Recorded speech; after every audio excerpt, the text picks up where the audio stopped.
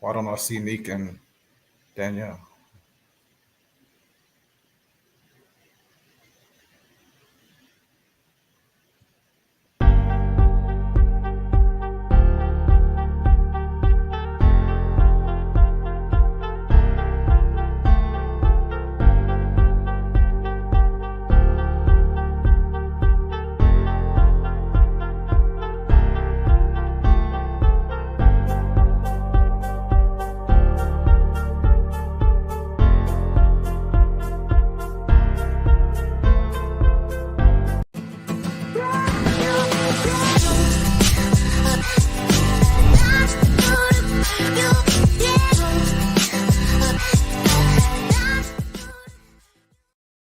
Welcome, welcome. I am Tony Lindsay. Welcome to We Need to Talk with Tony Lindsay. You guys already know it's me. I'm back again. We all know that everything that's been going on in the discourse around the election, around our presidential politics, things have been getting pretty crazy. And so what I decided to do was I wanted to create a panel so you guys could hear from the Black conservative perspective. Because unfortunately, in the midst of all the yelling and the screaming and the arguments, we seem to get an imbalanced perspective, and I think there's a lot of confusion. So what I wanted to do was I put together a panel here. We have a panel of some brilliant people who are here to share their perspectives, to provide light on the actual conservative beliefs, the actual representation of what we have come to understand as the Republican or even independent Black person. So I want to welcome my panel of guests here. This is a conversation that I really wanted to craft for people of color, but specifically Black people, because I wanted us to understand that while we all tend to vote as a block, we have diverse perspectives, and we are not a monolithic group. So I'm going to welcome everybody on stage, and so we got a bunch of folks here today.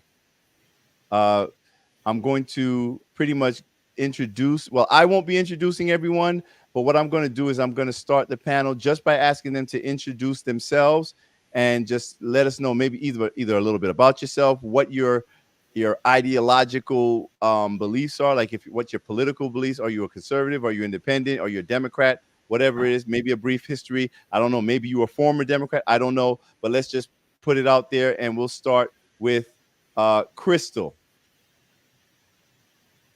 Hey everyone, I am Crystal with Crystal Beyond Labels. A little bit about me.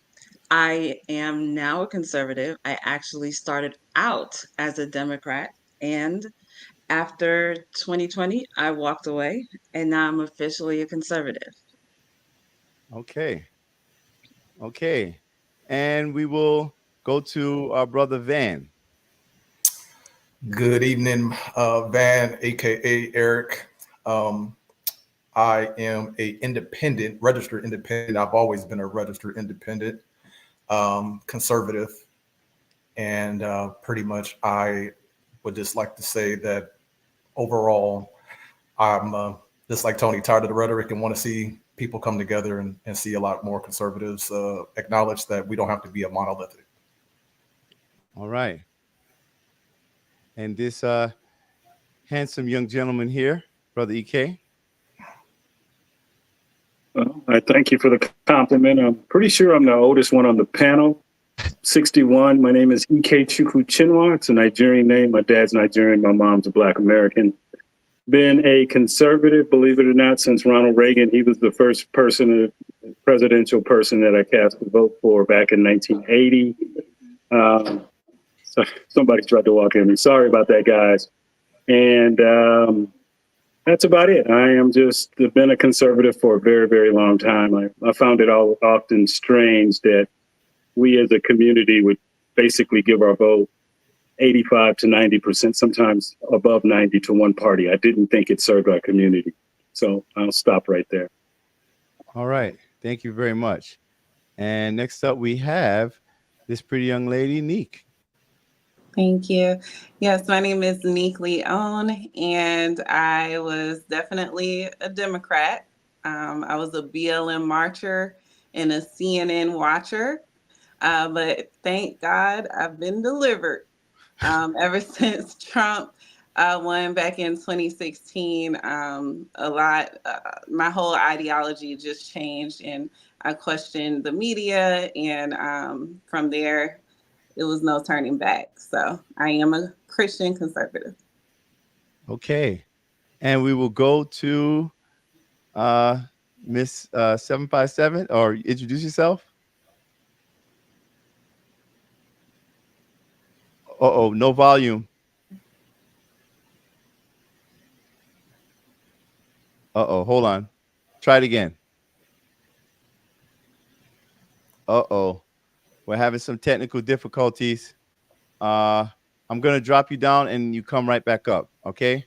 But let's go straight to Miss M. Let me put you in the box. There you go. Oh my goodness, what's going on? Can't hear anything. Make sure you're not muted. Oh goodness, I'm talking on mute. There you go. All right. Hi, I'm Mother of Dragons from TikTok. That's what I go by. I'm a conservative Republican. I have been conservative and Republican ever since I could vote. I've never voted Democrat in my life. So I'm not vote red no matter who, but yeah, so that's a little bit about me. I am 39 years old. I have a real estate company, and I also practice law for a number of years. I don't anymore. My passion is the real estate market. So All right. Thank you. Okay, 757. Did we take care of the technical difficulties? Or Can you hear me? yes, we can hear you, but we can't see you. Oh, my camera is on. Oh, no. Okay. So all right. So I'm gonna kick you from the studio and then you just come back in. I'm gonna kick. All right, just and come back in. Right. Okay. So yes. Like as I said, there's been a lot of misunderstanding within the community when it comes to conservatism versus liberalism. And there's been a lot of demonization. And obviously in this particular moment, a lot of that demonization has been rooted in the support for Donald Trump. There's been a growing number of Black people who have been supporting Donald Trump, who have decided not to vote along the Democrat Party lines, particularly Black men. Now, there's been a huge representation that Black women are all in lockstep with supporting Kamala Harris this election. And I would probably want to start this off by asking the women in particular why it is that you would not be supporting Kamala Harris for this election. And I'll probably just open up the floor. well, I can say that the reason why I'm not supporting Kamala Harris has absolutely nothing to do with the fact that she's a woman per se. I think that being a woman might kind of strike against her, especially when you talk about foreign policy. We've never had a woman in leadership before. We've got countries we've got 22 Muslim nations which some of them don't even recognize women as being equal or don't even recognize them, period. A lot of them are subject to Sharia law. They will not speak to a woman. And dealing with an adversarial country like Iran, I would think that would be hard. And some of the questions that we even ask people on the left is how we should be able to deal with something like that. And they have a hard time answering it. But nonetheless, as far as why I'm not voting for Kamala Harris, is simply based off of the fact that I don't think she's a bad person per se, but I do think that she has a fundamental non-understanding of how, what her role and what her position is going to be. And that's given the fact that she had 3.5 years to effect actual policy change that was going to do something for America, like bring down inflation. Her Inflation Reduction Act that she talks about, she said that green energy investing is going to bring down the price of household goods. Well, I'm sorry, that doesn't work for me. And especially as Black Americans, I think it's important that we get a foothold on education about the economics of this country, and as well as important issues like foreign policy. how we're going to put food on the table is something that every American is struggling with, and not understanding the economics and hearing things like $6,000 for your newborn and $3,600 for your child tax credit. I mean, lump sum payments at the end of the year sound really attractive, but what about throughout the year? And I think when people hear just throwing money at you and thinking that's going to solve all of your issues, I have a hard time with someone like Kamala Harris putting that out to the American public, and especially the Black community, where we're most vulnerable for things like credit issues, with things like not having enough money at the end. Our money only stays 6 hours in the Black community. And so when you hear lump sum payments and we're just going to give you money, give you money, give you money, well, it's reminiscent of the Democratic function, which has always been, we have to give them something to keep them satiated. Otherwise, they're going to get uppity. And if you've ever heard those words before, they came from Lyndon Baines Johnson, one of the most racist presidents we've ever had in history. So when I hear Kamala Harris, I hear every single Democrat lie that's ever been spewed over the last 60 some odd years. And it's the same tired old playbook, as she likes to put it. So for me, as far as Kamala Harris is concerned, she represents everything that the Democratic Party represents. And that's reprehensible, especially how dangerous their rhetoric is to the Black community. So that's one of the main reasons why I'm not voting for her. Okay. Go ahead. I'm Kristen. not voting. I'm not voting for her because for me, Kamala has been a lot of back and forth. I would say flip-flopping. 1 minute she's here, 1 minute she's there. And I am not somebody that's going to, and a lot of people have been saying it, but I really mean I'm not into identity politics. I am focused on the policies. What is your platform? And when I look at the things that initially Kamala started speaking about when she first got into the race, it was a lot about the reproductive rights. And I understand that some people find that very important, but when I sit back as a Christian, I don't find that as top notch. That is not the top of my bill. As a Christian, that is not even on my scale.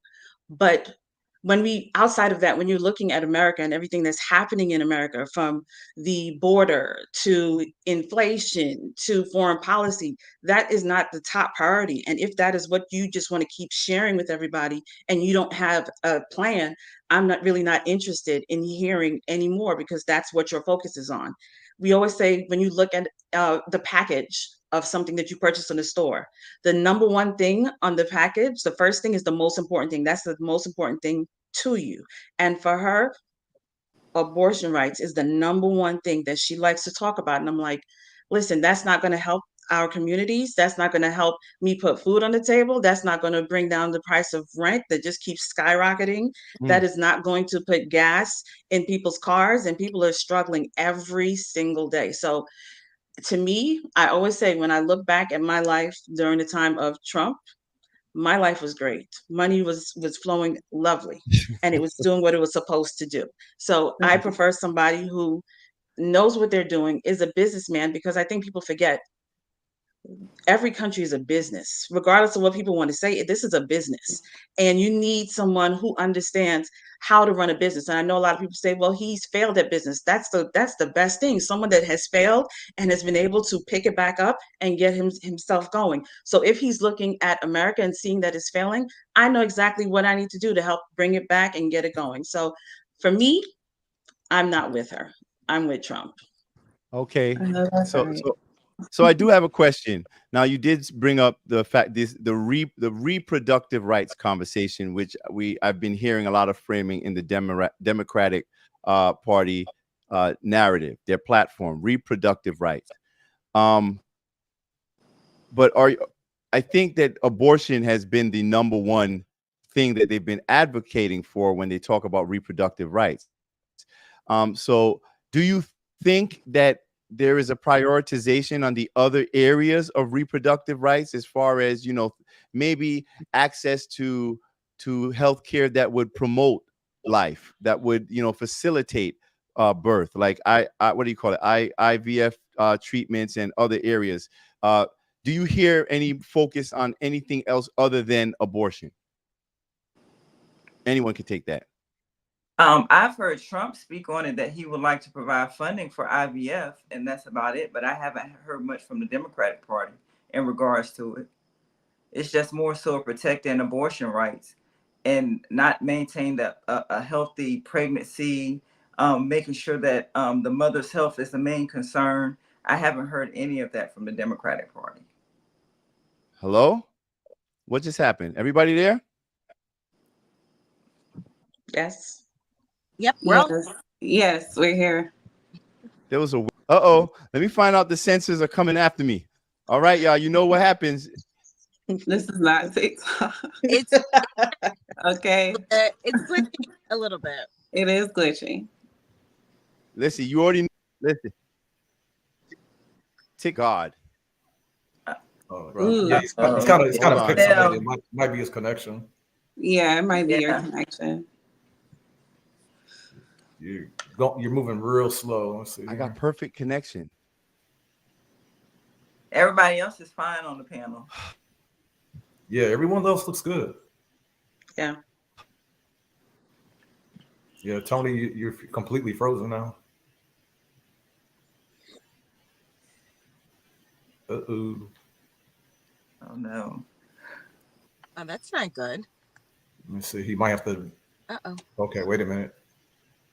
Wait. MOD went black. Yeah, y'all can continue. Places. Hold on. Well, I agree. I agree with what 757 was saying. I agree with what she was saying, because I feel like we talk about the birth of a mother. We talk about the reproductive rights as far as ending pregnancies, but I think we should be talking about the health of mothers, how to be able to have a healthy pregnancy. We need to put the money into that. I feel like people forget the downfall of a society is when we stop reproducing, when we stop having children. That's when we will be, our society will fail. And so when we are constantly pushing the ideology of ending pregnancies, using that right as a way of having backup to birth control, it doesn't make sense.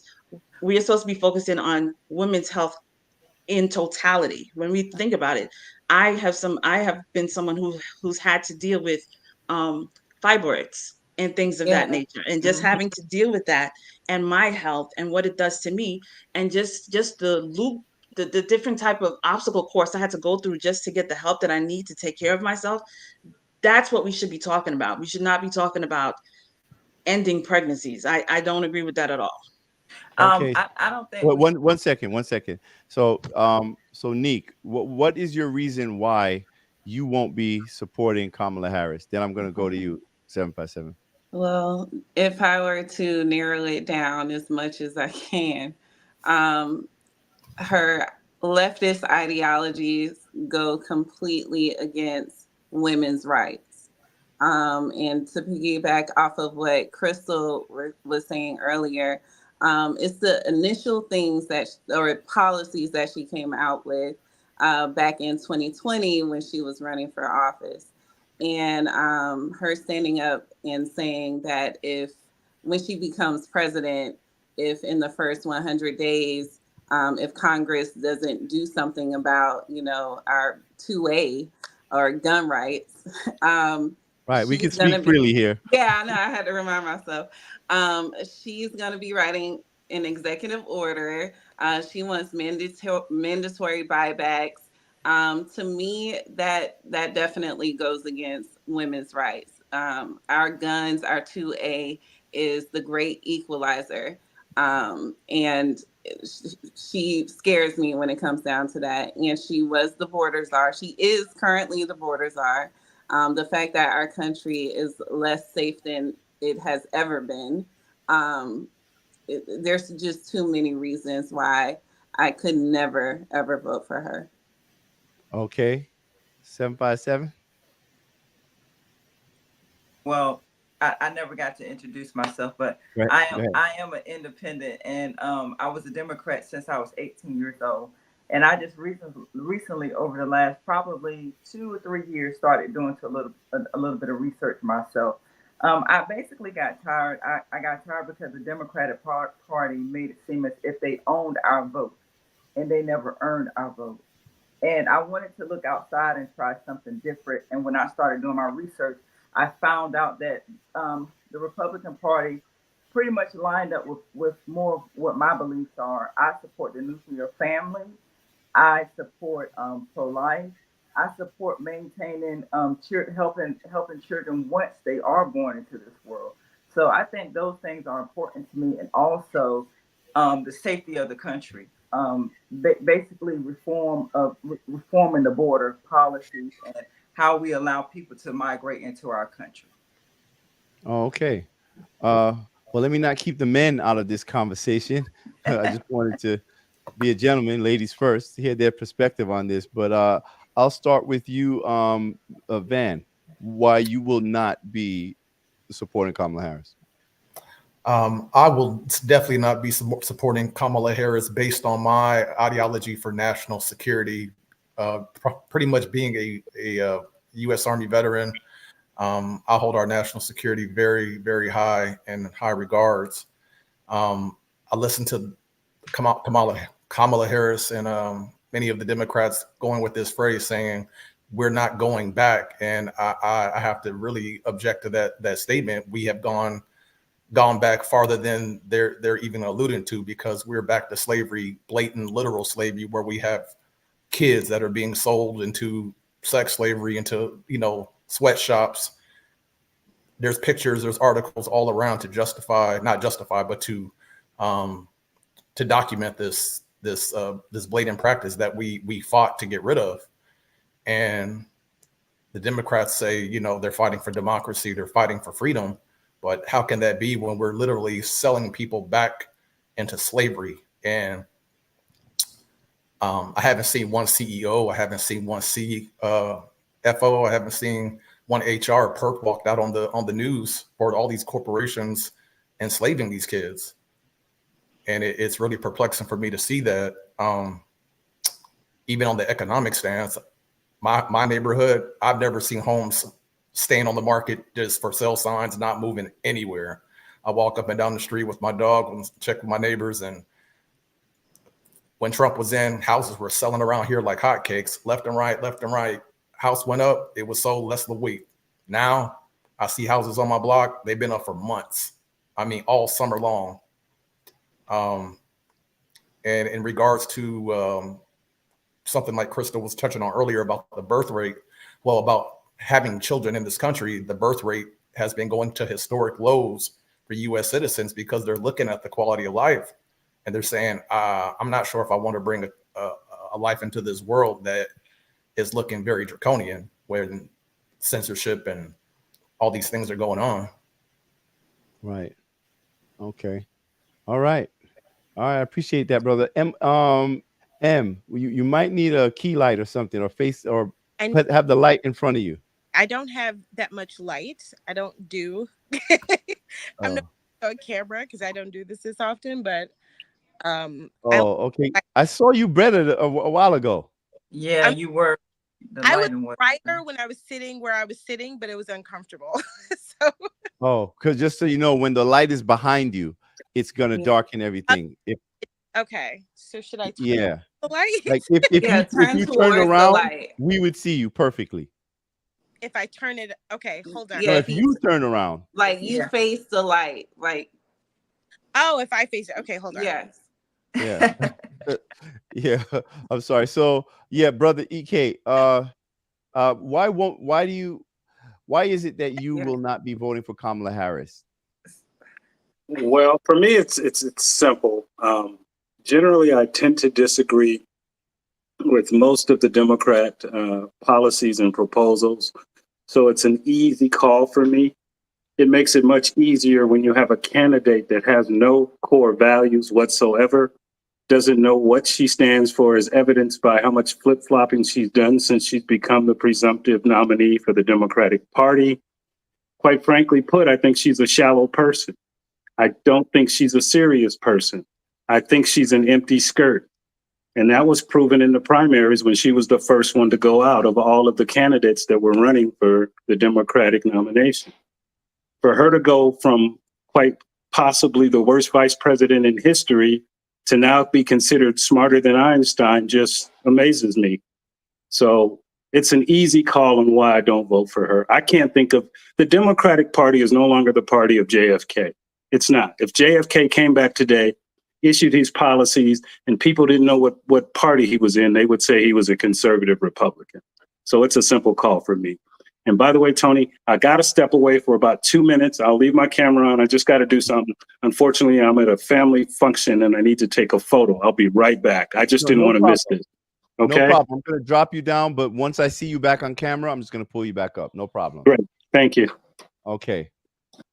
Okay. So one of the things, now one topic I wanted to discuss right now is that, as we said, the conversation somehow gets so heated, so passionate, and actually even disrespectful that no one is ever really able to hear the other side of the conversation.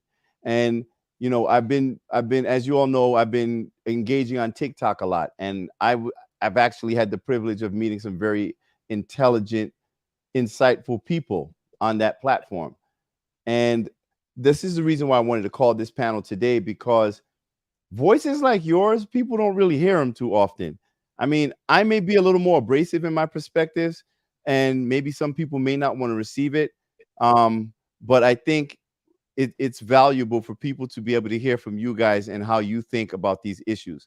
So I don't know if you guys realize, there was a recent, before the debate, Revolt, they had like a pre-debate show, like where they were talking, and they had conservatives on the panel and they had Democrats on the panel. And I just want to play a couple of parts just for you guys to maybe to get your reactions to it, because what I saw, what I witnessed was something that I found very disturbing, especially if we're going to be talking about moderation of debates, because whether you like Donald Trump or not, I think it's safe to say that we know that the debate was like 3-on-1, like they jumped him.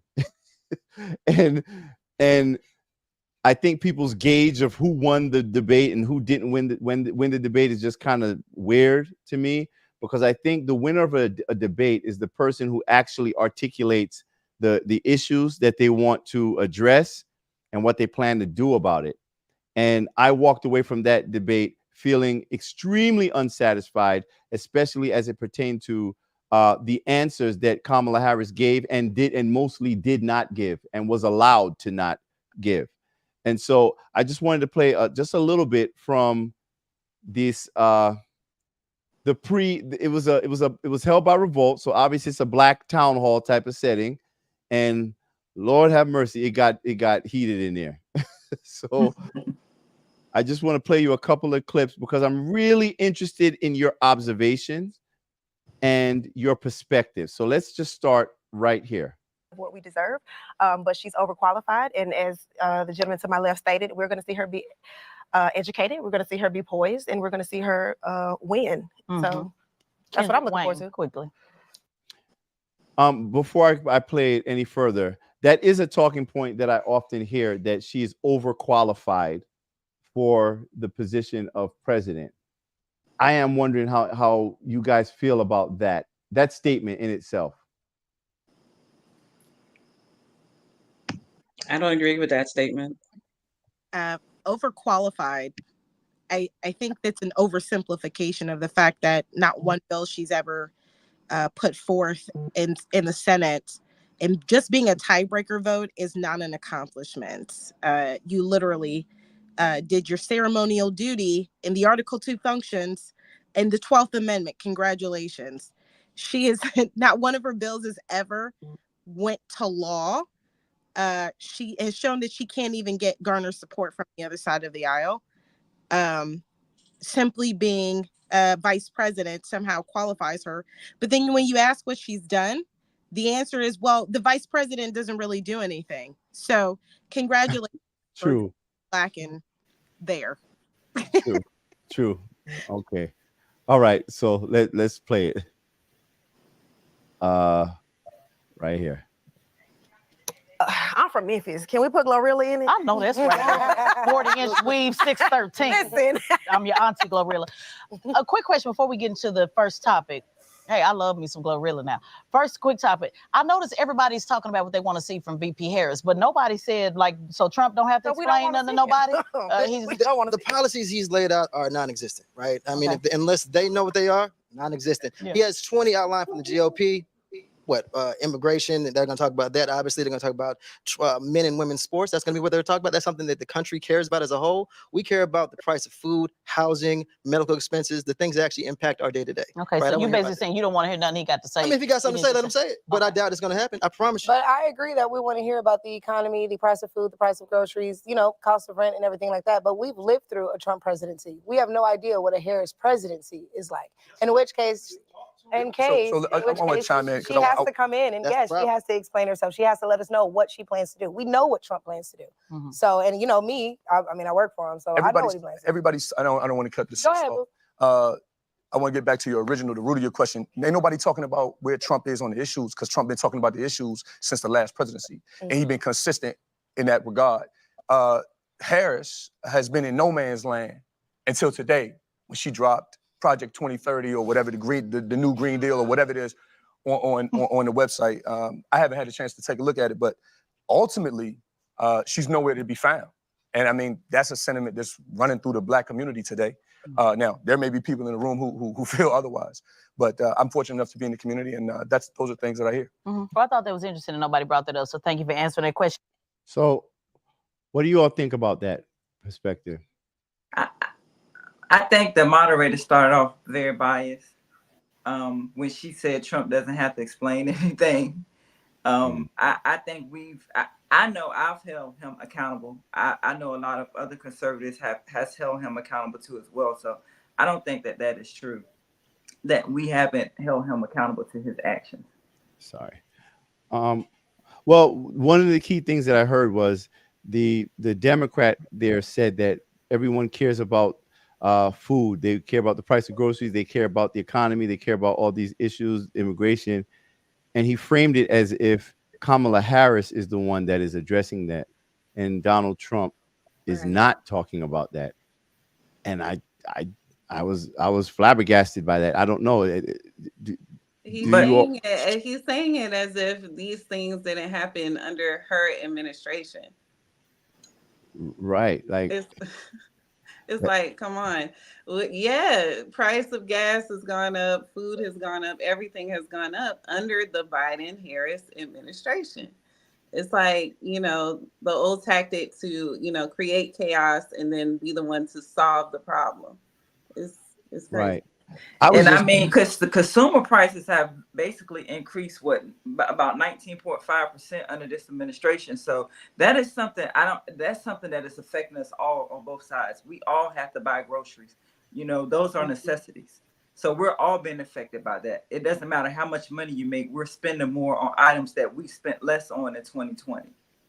Okay. Well, let me just take it here, and y'all can just speak freely, I guess, as you would like. Talking during the discussion, the commercial break, and then we'll have a post show just so you guys make sure you stay right there. But let's talk about the gender gap. Black voters in this 2024 election, according to Pew Research Center, there are more Black men in favor of President Trump than Black women. There are more Black women in favor of Vice President Harris than Black men. So we're going to get into it. Let's take a look. In a million years, you would never get me to vote for Kamala Harris. You can put a gun to my head. They are actively out here villainizing Black men for not wanting to vote for Kamala Harris. And I said it before, and I will say it again. They think they own us. The women that are telling Black men that they have to vote for Kamala Harris, it is going to remind Black men of every bitter baby mama. I don't think Kamala should be in the position as Biden. I think he needs to find someone else. They offered me $10K for an interview with Kamala Harris. I don't want your money. I think she if she anything, she Black and Indian, but she's not really from that life. You know what I'm saying? Like, she didn't grow up the Black life. You know what I'm saying? Yeah. The thing that hurts Kamala the most is that she has been part of this administration since day one, and the American people are just fed up with it. What's the disconnect with Black men? It's easy, man. It's really, really easy. Black men are working. What's the disconnect with Black men? You can see the bitterness in her face when she said it. Yes, absolutely. she said like something's wrong with black men, that you don't have the mental capacity to make a sound decision. Yeah. Absolutely. Absolutely. I felt it the minute she started speaking. Very, very condescending. Wow. I can't believe Yeah. he said that. I mean, as soon as you could tell that I know, I don't want to jump ahead, but I know the body language and the sort of visceral reaction that she has to the black men obviously is going to come to a head. Mm-hmm. But I'm surprised she even went there Right. with saying that what's the disconnect, when essentially that's sort of the type of man that you do want. Right. You want your to be just like that. Well, it kind of sets a divide again, because they, to me, seem to be the party of division. It's setting a divide between black men and black women. It's setting and that's just something we don't need in our community. Yeah, I absolutely. mean, the fact that they're shaming every social media page, you know, the shade room, you got plies, they posting up plies everywhere. And you have these people shaming black men for thinking for themselves, for identifying with another man who's alpha and who's a leader, and who's also, you know, a successful businessman. I mean, you definitely want your black men to, you know, be strong enough to step away and go against the grain. So what do you say to the people who are painting those black men as low information voters? They need to wake up, because they're not low information voters. They're actually paying attention. They're not moving in a space of emotion. They're moving in a space of logic. They're looking at the situation. They're looking at their pockets. They're looking at the economy. They're looking at the world, and they're making an informed decision. They're not just here picking somebody because it helps to affirm them as an African American. They're looking at someone that's going to lead the country and put America first, and that's what it's supposed to be about. All right. I would like to second what the young lady just said. They can couch them as low information. I couch them as reality voters. There is a gender gap amongst the major community, not just the African American community. Granted, it's more pronounced in the African American community. That gender gap is based on the fact that Trump is more logically based, which the young lady before me just mentioned. And women, that's more in line with the way men think. The Democratic policy as a whole is more emotionally based, more feelings based, more joy based, all these kinds of things that they talk about. And typically, the women on this panel notwithstanding, that tends to favor women, generally speaking, not men. Men look at hard numbers, hard facts. They know that they were doing better under the Trump administration. Never mind, he says things that we would prefer he didn't say. The fact of the matter is, I really don't care what a person says. I care what a person does. Actions mean a lot more to me. For a lot of women out there, unfortunately, it's feeling. And I don't know if that's just something that's ingrained or not. Again, I'm not talking about the women on this panel. Okay, very well said. Let's continue. Through the world logically. At the end of the day, they associate the Democrat Party today's masculine, heterosexual, black male, make a long story short, associates the Democrat Party with having separated them from their families over the course of the last 6 years. And that's a very sensitive topic to discuss, but an uncomfortable truth that we need to deal with. At the end of the day, for the first time, black males have an opportunity to vote against a prosecutor. I believe the young lady was a prosecutor, right? They have the people who have really been harmed the most have an opportunity to sort of cast a vote in a different way, and they're standing on that. And that's again, I get the privilege of being in the community, and that's a recurring message that I hear. Other side of it. I believe that one of the guests, come to the mic if you have something to say. After you get to him, no, I want to hear from black men. So come to, somebody can come to the mic. If somebody wants to come to the mic next, let's get into it. I believe us as black men are suffering from misinformation. That's been my main platform on my socials. What I've been speaking about is the misinformation plaguing the black community. Number one, look at exactly who you showed on that screen. These people do not know what the issues or know what even they want from the presidential nominees or anything like that. Whoa, hold on. Wait a second. Hold on. What was his basis to make the determination that those people are uninformed? I just made the argument, uninformed voters. Intimidation. Mm-hmm. What I really want to say, and everybody that knows me knows that I have no filter, and what I actually refer to in the liberal community, the beta male energy that comes out there, the soy boys of the left. That's exactly what they are. That was complete intimidation. All of those men sitting there. I mean, the first thing that he does is look at who was on the screen. I mean, they're Kind not of sassy. Black community, really, Carlton? Right. Like, are we gonna sit here and Right. you like, come on, like let's not go there. And you can tell absolutely that a lot of those men are intimidated. And then when they say there's a lot of misinformation, they never have any facts. It's all feelings. And instead of you attacking what they were saying as far as their argument, Right, attacking them and just presupposing that, well, you didn't grow up in the hood, so how do you know? Come on. Right. And what's funny is that little compilation of men that they put together who were saying they were walking away from the Democrat Party and not voting for Kamala, that was actually a pretty ideologically diverse group of men. If you saw that presentation, they went from Carlton to Carlton Banks to Dr. Umar Johnson. Like, bro, like, and yet you still, that is your gauge. And one thing that I've noticed whenever I engage with people on the left, on the political so-called left, because I don't honestly think that's the real left, but whenever I engage with those people, they engage in ad hominem attacks. They like to label you. They like to dismiss whatever it is you're trying to offer to the conversation without any real counter argument.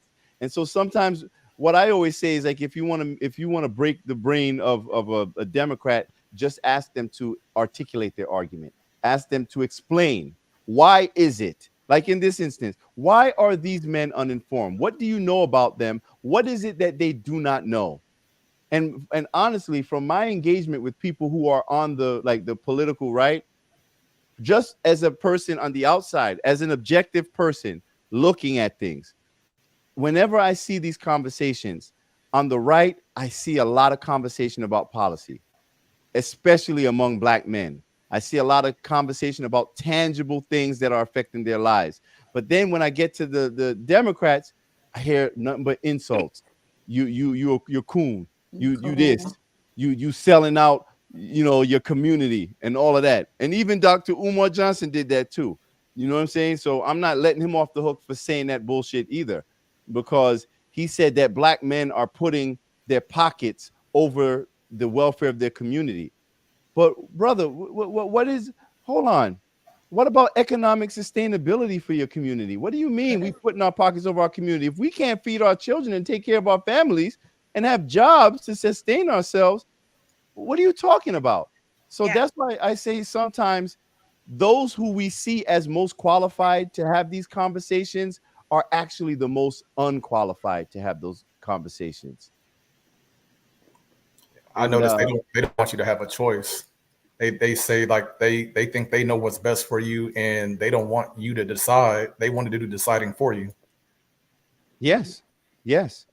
Well, and can we just speak on the demeanor of that young man? Real quick, Lil Carlton. What? That's a man's man right there. What you talking about? That's masculinity. Sure. We would love to go playing poker with him. Farnsworth Bentley.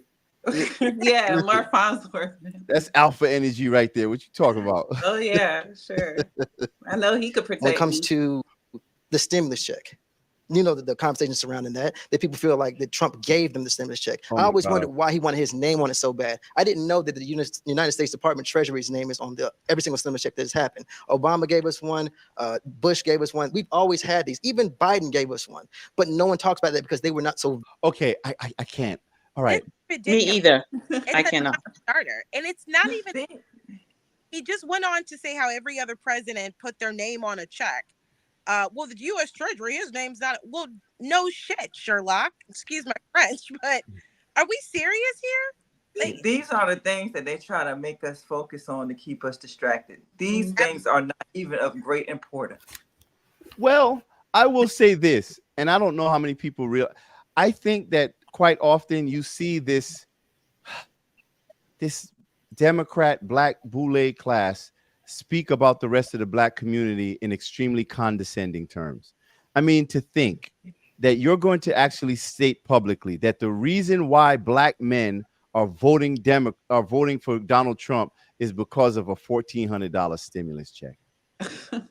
That's just like parading Meg Thee Stallion on the stage and like twerking. how insulting and disrespectful is that for you to think that our intellectual gauge for our civic responsibilities based on a handout of a $1,400 check.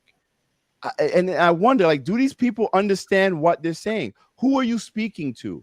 Who are you trying to appeal to with that rhetoric? Vain to do that. But Trump had the ideology that, hey, if I put my name on it, they'll associate with it and they'll thank me for it. And I didn't think that was going to work, but clearly, based on what we've heard from a lot of these people, that's what's happening. Can we keep it real? Can I ask you a real question? Sure. Oh, God. Are y'all feeling a way that she's with a white man? Are we gonna be honest? No. I just want to know. I didn't have a chance. I mean, you know. Yeah. So you know you're not. But is that an issue? Like I want to really. That's a great question. Like, you know what? Here's what it boils down to. So hold on, let me just put this out here. Wait a minute. I'm feeling some resentment in the building. I just want to put the conversation out there. Oh, and we're gonna do more of these shows because I want to bring it back and have a conversation on relationship and all of that. But I just want to put it out. Black women, we feel away. I'm just gonna keep it real. Black women gonna keep it real. We feel away when we see if Obama had a white wife, we would feel away. Raise the hand. When we feel just like a little bit of a way, we're gonna be honest about it. Let's be real about it. What sister's gonna? But look what she did. Look what she put up in the background while she's talking about that. She put up a whole bunch of black men married to white women. Yep. While she just skipped from Kamala and her husband.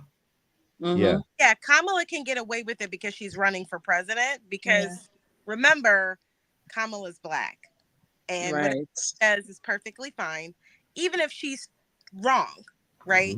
My husband's white. I was a Republican. I've been a Republican before I met my husband. My ex-husband's black, and we get along just fine. You know, everybody gets along great. But I wonder sometimes why we sort of mix our like, what does it matter who she's married to?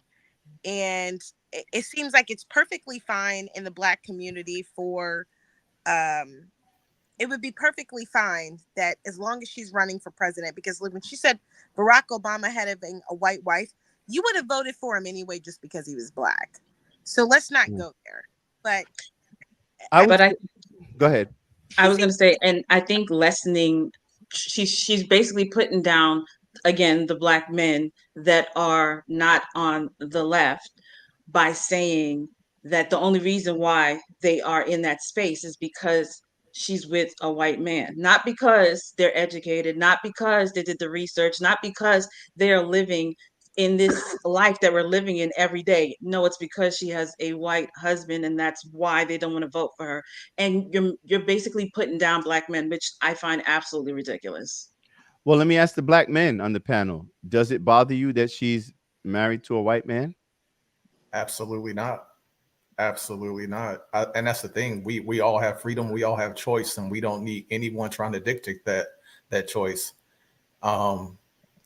Just kind of going back earlier to the point where the host of this pre-debate show, when she said that question with kind of concernment, like what is the disconnect with black men going on here?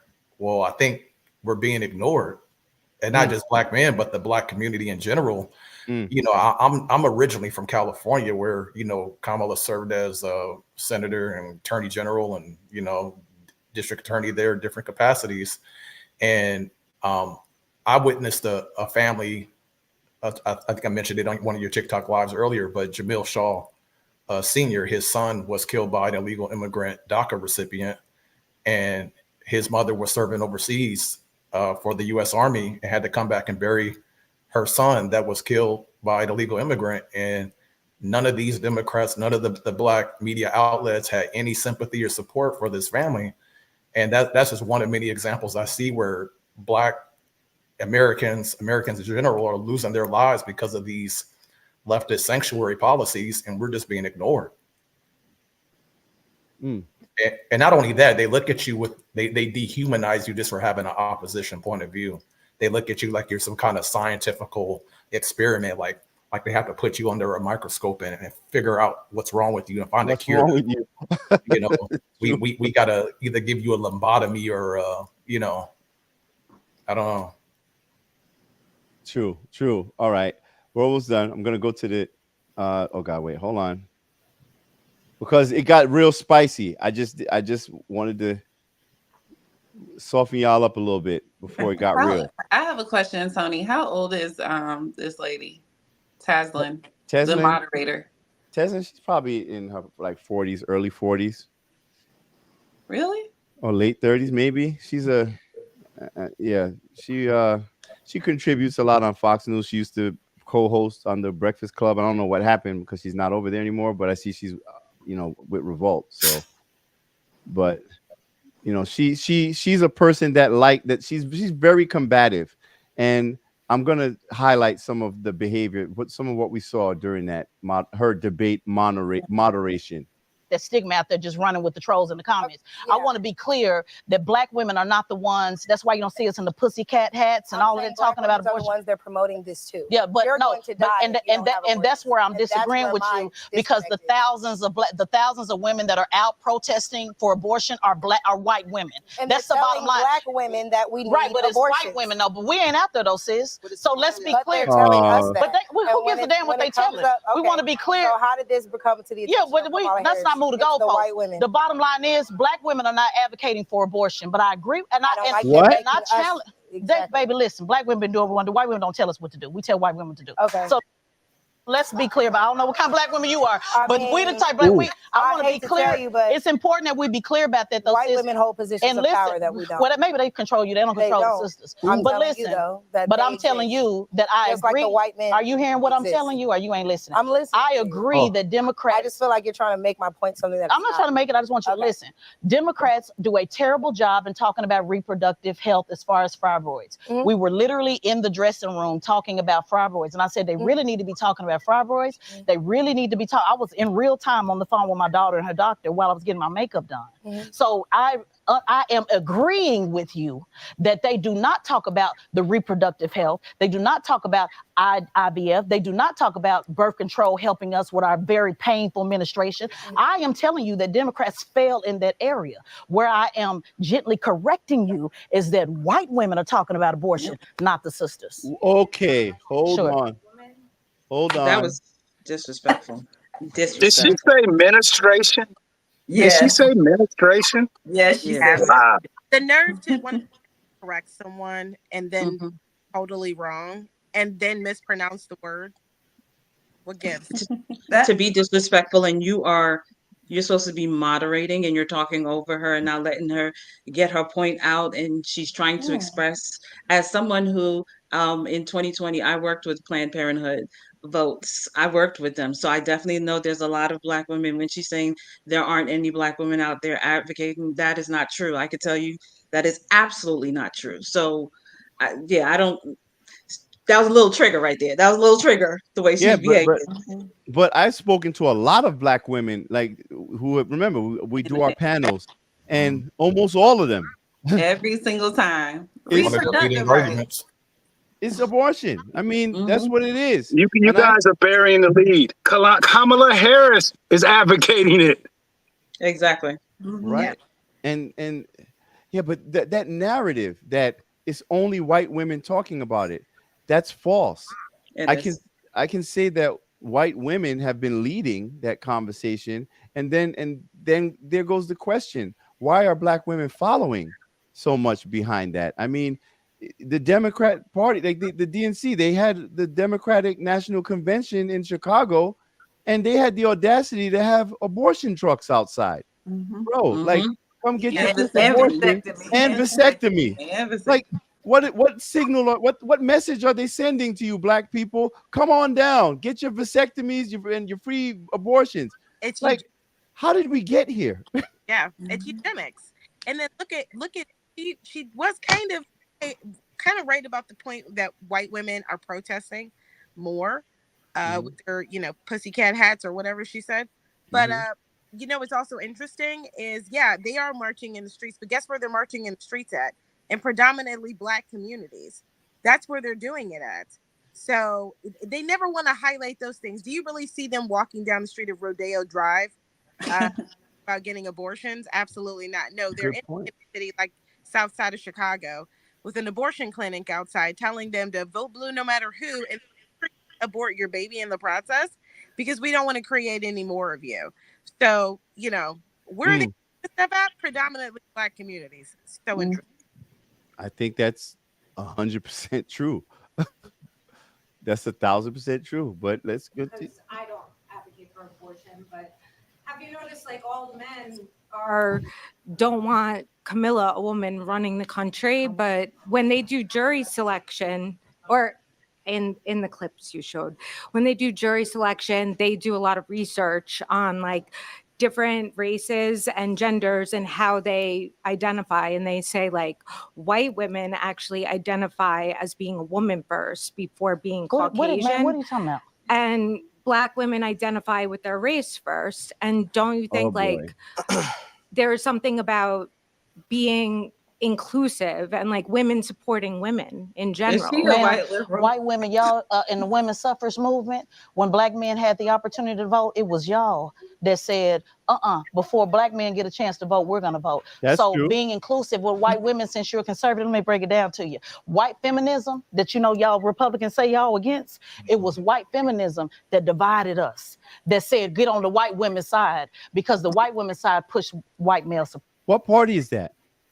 I'm trying to figure it out. What ideology is that? Well, she's saying that it was. She's saying it's a conservative. That's what she's telling the woman over there. She's I'm presupposing this woman's a Republican. Yes. But the argument makes no sense because feminism is liberal, leftist ideology. It is. It is. So you're here pretending to criticize and correct this white woman based on something that white liberals are doing to you and your community. I don't think you realize that. But hey, they just don't see it. They act like it. They're like they have blinders on. This is your ideology that you're picking apart. You just don't even realize they haven't looked at her yet. Right. So I mean, was that just performative? Like what? Cognitive dissonance. So are we coming back to abortion, or because I saw the call sheet? Are we coming back to it, or if we're coming back to it, we can. But did I answer the question? Yes. I think so. Relative to abortion, right? Our community has aborted 25 million children. And how many white folks? What white folks do don't set the standard in the Black community. I just want to make sure we need to be measuring ourselves we need to measure ourselves on our own performance. No problem. I just wanted to know the white folks. That's all. Fair enough. We've aborted 25 million children, and it's my opinion that the world is better with those children in it than not. Okay, abortion is in many ways a very difficult topic for a lot of people to deal with. But what we're really not talking about is the root issue, which is premarital sex. Premarital sex is the most significant issue. You against premarital sex? So I am actually. As of today. I am as of today. So as of today, so dig, right? So no, wait, because we got a whole bunch of people in the crowd who gonna claim that they from the community. And I ain't perfect. So hold on. You keep talking about we all from the community. Stop. Let me, for the cameras. Are you married? For the cameras in the view, I can lay my resume. I can lay my family resume. Are you married? I'm running for you. No, just a yes or no. I'm running for you. I'm running for you. I'm a grown heterosexual Black male. Hold on, no, stop. Who has benefited? He won't answer. For the cameras. No, I'm gonna give you more than you asked for. No, but I just want this one answer. No, but I don't want one to ask for. I just want to know. I am a Black male who benefited from the abortion program. No, I didn't ask you that. I asked you one. You did this last time. At 18 years old, I benefited with another system from abortion. But that don't mean that I don't know that it's wrong. Right. See, one of the issues we have in our community. Relax, soldier. Relax. Remember on the airport. Hold on, tone it down. Relax. Come on, you foaming at the mouth. Relax, baby. Relax. You foaming. Relax. I just want. No, I need to know this because they want to know. They're asking. So listen. No. I'm a divorcee. She's a moderator. Fiance and children. Let's stop. Let's stop, because you the one threw it out there. So I just want to know yes or no before we move forward. Are you married? Yes or no? I'm engaged. So I got a beautiful black female. I got a I've been married. I've been married, right? And I've also leveraged the abortion. I just asked you a simple question. Were you married? Yes or no? So bottom line, she ain't getting none tonight. So bottom line, she ain't getting. I just want to make sure. The people want to know. Ma'am, you ain't getting none tonight because he said as of tonight. No, you are diverting from the real issue here. The real issue is people don't want to be accountable to the fact we accountable, but man, we ain't gonna know tonight. Damn shame, because he look a nice looking man. At risk. And he said is being we got all that, but I know you ain't getting none tonight, man. This is this is how we represent ourselves in this professional setting where we're supposed to be covering a presidential debate. This is what they present to the black community. Tony, can I say something about this? Because this is one of my pet peeves. So the brother mentioned that, you know, since Roe v. Wade, we've had 25 black babies basically killed. I think I can say that on this platform. Sucked out of their mothers. And then she immediately goes to, well, how many white babies? We ain't talking about white babies. We talking about black babies. This is a black platform for black people, and you bringing in white people. They tend to do that so often. You talk about the violence in the black community, the murders, all the things that go on, and then they immediately go, well, what about the school shooters? I do care about that, but that's not the focus of it. Why are you deflecting? He talked about maybe we should address premarital sex. Maybe he should have said responsible premarital sex. But even the fact of premarital sex, why is she arguing against that? That, by and large, is a good thing. Maybe not everybody can meet that standard, but at least why are you arguing against it so vehemently against premarital sex? Again, she just wants to be against whatever he's for. And I think have an idea of what type of woman she is. In the very beginning, she said something about she loved Glorilla. And I checked her age, she's almost 50 years old. To me, she just has, she lacks class. Like, well, I think having responsible premarital sex is the answer because that's actually realistic. And I think that's the area that we should focus on. But he was trying to address the issues in the black community. And we have to address our issues first before we can go out and address any other issues in any other community. That's just my take on it. And I don't like that she felt that she was going to talk down to this black man. That was very disrespectful. That is not how you're supposed to speak to your black brother. You're supposed to have a conversation with him. And if he's getting something like that, has nothing to do with what we are here for. So why are you speaking to him like that? Why is that any of your business? That is not the point of conversation. Exactly. You wanted to humiliate him. Yes. And that's the thing. Demasculate him. And since we're talking about the black community, that seems to be a thing for our black women to do to our black men. Exactly. She's supposed to be a host, and she's supposed to where's her neutrality and all this? She's clearly, she might as well just go ahead and take her chair and just scoot it a little bit more to the other folks, you know. It reminds you of another debate that we just watched. It's like, wow, not too long ago. What was that? Say that again. I said it reminds you of another debate that we just watched not too long ago. Yeah. See, that's one of the problems in our community, and we need to face it. Too many of our women are too masculine, and too many of our men are too feminine. That is a problem, a huge problem. Yep. Yeah. Well, I can't argue. Now, here is Michaela, because you guys didn't really get to hear much from Michaela. And this is this is really kind of shocking to me. Just watch. Benefits and their citizenship. If they were to vote for a Republican, you can guarantee that you now have a new loyal voting base. So in the same way that black people have been prioritized last, every time we're prioritized first during campaign season, prioritized last during an administration. Come on. We're going to go see us be kicked out of the room. We won't even be on the list once these migrants have come over here. There's already 10 million. There's only 49 million of us here. There's only 49 million of us here. Yep. And then if you think about the voter apathy that exists within the black community, there's not 49 million of us voted. But you can guarantee every single one of those illegals who can get out there and vote is gonna go vote. Well, when we have more time, if they're not U.S. citizens. They're literally voting in our elections. The left is working to make them citizens. Not even just make them citizens. They're getting IDs as soon as they get over here. Citizen. Are they illegal or are they not? They're illegals, What? and they're voting in our They elections. can't be one or the other. They got to be. Are they illegal So should or they be not? citizens or not? Right So should now, they be What? citizens No, or no, not? we're talking about this The election should right now. the should is what's driving the vote. The should is what's driving the vote. Michaela, I Should would they like to be? ask you a question. Okay, hold on, guys. Foster care in which state? California.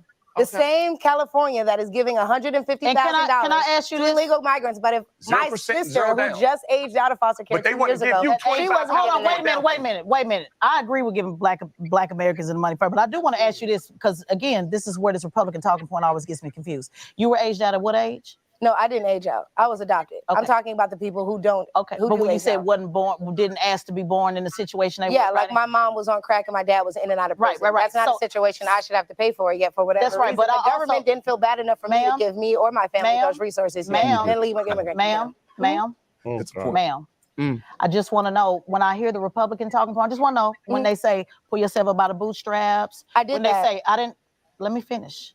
I'm talking about to people that didn't, who were born, because we talked about this before, people that were born with incarcerated parents, people that were born in destitute situations, because your brother would always say, you have an opportunity to get, I'm not talking about you. I'm just saying, what do you say to the Republican that says that despite the situation you were born in, because none of that is systematic, none of it matters, I'm giving the opposing side, none of it matters, pull yourself up by the bootstrap, you're not a victim, don't be a victim, don't cry.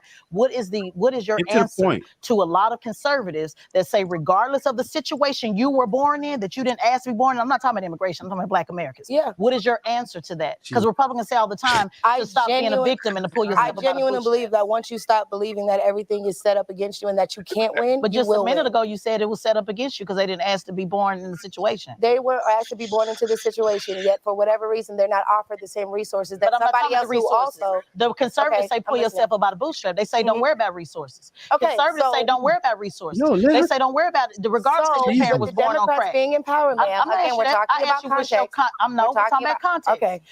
Conservatives say all the time. Pull yourself up by the including bootstraps, this correct? brother. Correct. Pull yourself. Okay. So I'm and saying I'm regardless saying that the of whose Democrats daddy are was willing on to crack, help these people pull themselves up by the I didn't bootstraps. ask you that. They should be willing to help others. That's pull right, themselves but up I by the didn't ask bootstraps. you that. Now this isn't a Republican talking I point because asked you. Republicans wouldn't give it to anybody. Right, I know. Okay, so there's that. I came up, I didn't have to get any of that. And yet I walked into a 6-figure job. Yeah. I dropped out of college and did the same thing. Raising my daughter by myself. Yeah. I don't believe that telling yourself things aren't going to work out for me or, oh my God, It's not I have about telling messed up. them. It's once you believe that, that is your I'm life. not talking about belief. You tell I'm talking yourself, about- I'm going to win. I'm Right. going to win. We got You're gonna that, win. but I'm just saying people that born. I just want to see your opinion on people that born into. I went to the illustrious Clark Atlanta University and they told me to find a way or make one. Right. So anybody born in any I believe in situation that. will do just Then that. there's no point in talking about that destitute situation. It Let's is, move on. because right now people are being Let's move on. allocated resources. Let's let and we it have move. people who No, need but those the resources. conservatives say We're you don't talking need about the resources. fact that we're not prioritizing Let's American let young citizens. John. No, but that we're wasn't what talking I about asked we're you. not prioritizing No, you American heard me citizens. say at the beginning of what I said that I believe it should go to American citizens first. Okay. I said that, ma'am.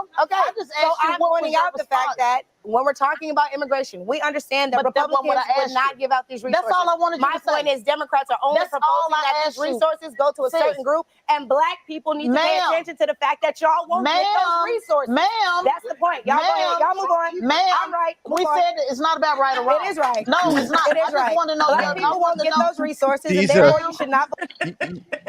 Okay. That was This is- let me ask you all something. Through all of that headache, through everything that you just watched, what was missing from that conversation? listening. It was a lot. It was a lot missing. A lot of listening. The Democrat debaters, Yes, they said nothing. They just sat there. Mhm. the other side. Home They didn't even team, get to home speak. team, home field, home cooking. It's all Mhm. about being argumentative. How can you be a moderator? Why did because the one girl that was the Black girl that was sitting there with braids, she hadn't said much, and then the other guy that was sitting there, and then all of a sudden it's a 3-on-1 against Michaela. I love Michaela. Right. That's amazing. Me too. Yeah, me too. I couldn't believe it. She held her own very, very nicely. She did great. What they do, like when they can't beat an argument, it's like, okay, let's call in the reinforcements because we know we're losing the argument. And then none of them actually would even let her talk. They all were there. And then the other guy, poor guy that was sitting there trying to get a word in edgewise. But yeah, you're right. The Democrats that were sort of sitting there, the guys that were sitting off to the side, they just kind of let that go on and didn't say anything, didn't chime in, didn't say. Those are the type of men that they are usually. Democrat men are kind of passive, and they let the woman take the lead and fight, and they just cower down and sit in their place and be quiet. Like I said, they don't have to say anything, but that host, there was no answer Michaela could ever say to suffice. There was no answer that she could say to appease her or say, "Oh, that's a good point." It was just whatever you say, it's going to be null and void on demand. But once again, it kind of reminds me of, like I said, that scene in the Next Friday movie where Pinky comes in the record store with ice cream. Nobody said me. Shut up. And what you done with Day Day and Roach? Say, oh, you know, say it again. Say something else. Yeah, but here's the thing, like, you know, if you just look at it from a psychological perspective, when someone is giving you, they're giving you a counter argument, they're giving you factual information that contradicts whatever it is that you're espousing, and your only response is to just talk over them. It's almost like you're giving the impression that you're afraid to allow them to speak. You don't want whatever they have to say to come out, to be revealed. And that's the desperation that I see whenever I try to talk to my Democrat family, friends. You know, I have family members who like basically told me that I wasn't shit because I said that I was going to vote for Donald Trump this election. I voted for Joe Biden the last election. And after making that, like, and I was really conflicted about doing it. And I think the reason why I did it was because I fell for the fear mongering. You know, there was, and I was tired. I was fatigued from all of the nonsense I was seeing every day in the media. All of the, you know, Donald Trump is so divisive. He's this, he's that. But then it's like when I started really looking at what was actually said as compared to what was being reported, it's like when you see it, you can't unsee it. And I think the reason why we get so much vitriol and hostility from people who are still kind of stuck in that trance is because they haven't seen it yet, or maybe they're just afraid to face the fact that everything that they've been doing so far, everything that they've invested their belief structure into has been a lie. That's a hard thing to deal with. It really is. Yes. Self inventory is very difficult. And so I would ask you guys, right? Because I think the point was made with that video, right? I thought that was a travesty. It was a train wreck. And I think it was a poor representation of what we want to show to our community, which is why I invited you all up here for this conversation. And now this is a question, I guess it's kind of a curveball that I'm gonna throw to all of you, right? We know that the Black conservative voice has been all but silenced in our national media, right? And also, I also recognize that Black people in America, in the United States, they tend to be an ideologically conservative people. However, for some reason, we religiously vote Democrat every election as a large block. And I have not seen the circumstances in certain communities, certain poorer communities, materially change. I just have not seen that. So then comes the question, are we doing the same thing over and over and over again, expecting a different result? Or are we doing the same thing over and over and over again based upon complacency, or not even complacency, comfort? And I don't want to say comfort, but it is kind of comfort. Like, it's like, this is the Stockholm syndrome. Like, this is the only thing you know. And you're afraid to find out what could be. It's almost like a fear of failure. You know how we talk about that? You know, people who are afraid to fail, so they don't even try. And I think that's what Black people are facing. And I think there's this dependency upon white liberals that holds us back. And whenever I have conversations, and I'm going to say on social media, if I say anything critical of the Democrat Party, I'm immediately met with coon, sellout, Uncle Tom. Even they don't like Uncle Tom was the hero, dummies. I mean, I guess they meant Sambo. You know what I'm saying? But you get all of that hostility, right? And I kind of feel sorry for them. You know, I honestly kind of feel sorry for them. But the thing about it is, they're telling you you're a sellout to your community, the Black community, because you're a conservative or you have conservative values. But they don't realize that when they say things like that, they're actually gauging my Blackness and their own Blackness. They're defining it based upon our proximity and our loyalty, our allegiance to white liberals. The Democrat Party is run by white liberals. I don't define my Blackness based on my friendship or my allegiance with white liberals. Right. So it's like you're shaming other Black people for choosing not to go with this master, but you're assuming they want that master. But a lot of Black people are just checking out. They're like, listen, we're just going to vote based on policy and objective, like logic and reason, until we can build better for ourselves. But I think the priority should be survival. The priority should be trying to build something for ourselves. And I don't see anything that Kamala Harris is offering that convinces me of that. And so if there was anything that any of you, I'm not saying you want to explain yourselves to anybody, but if there's anything that you would want to impart upon maybe a Black Democrat family member or a close friend or just somebody, if they were willing to listen, that part,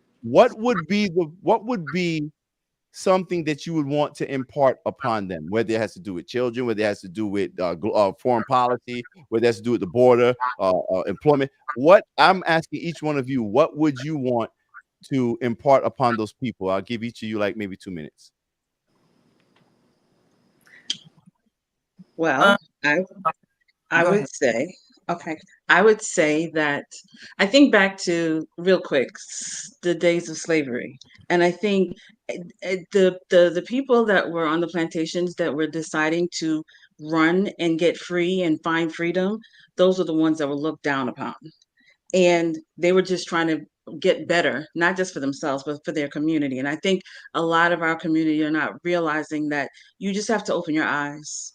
You have to get out of what that enslaved mentality they're putting you in. Open your eyes. Look at the future of, I'm a mother, of our children. The fact that 320,000 children from the border are missing and no one is even concerned should be a problem. Wanting to have gender dysphoria when it comes to our children, again, should be a problem. Gender mutilation towards our children should be a problem to everybody. Everyone should be in an uproar because the children, I mean, it may be cliche, but they are our future and we have to be looking out for them. And when I look at everything as a mother, I want my kids to have better. And therefore, I think everybody should want to have better for their children. So my heart goes out to those children. My heart goes out to the families because I work in commercial real estate. And I see people that are on the edge because they have no idea what's going to happen. They really feel like she may step into that role. And if she steps into that role, a lot of our stuff is going to crash. There's going to be a lot of people that's going to lose jobs. And I think people need to pay attention to that instead of spending their time in a space of strength through joy, because strength through joy is not going to do anything for you. It's not going to do anything for your pockets. It's not going to do anything to protect our kids. And I have to say, someone who stands up there and does not care about the kids that are missing at the border, that says she's for women's rights, but then wants to put biological men in women's spaces, biological boys in women's spaces, a person that does not care about the violent, illegal migrant crime that is happening. I don't live too far from where Lake and Riley had to lost her life. These are the things you have to stop and say, why are we supporting someone who could care less. You need to stand with somebody who actually cares, who wants to protect America, protect you, protect your children. He is not about himself, because he could be on a beach somewhere relaxing. That man has enough money to chill out somewhere in peace. The fact that at 78 years old, he's standing on business and trying to stand for America, his life was threatened. They're taking him to court all the time, and he continues to still keep fighting. People, wake up, wake up. This is not a man that's about it being selfish. This is a man that's trying to help America, and we need to recognize that. Amen. Neek? Oh, it's my turn. I thought Yeah, you if was there's going anything that you would want to inform. Okay, well, it doesn't matter. I Who wants? agree with everything that she was saying. You know, and if I were to speak with a family member who's still voting Democrat at this late in the game, you know, I try to say things with love, but after seeing what's happening to our country, our border wide open, crime through the roof, I feel as though the Democrats that claim to love Black and brown voices so much, they're ignoring the people of Chicago, they're ignoring the people of New York, the people of Colorado, all of these sanctuary cities that are being overran. We're ignoring the children.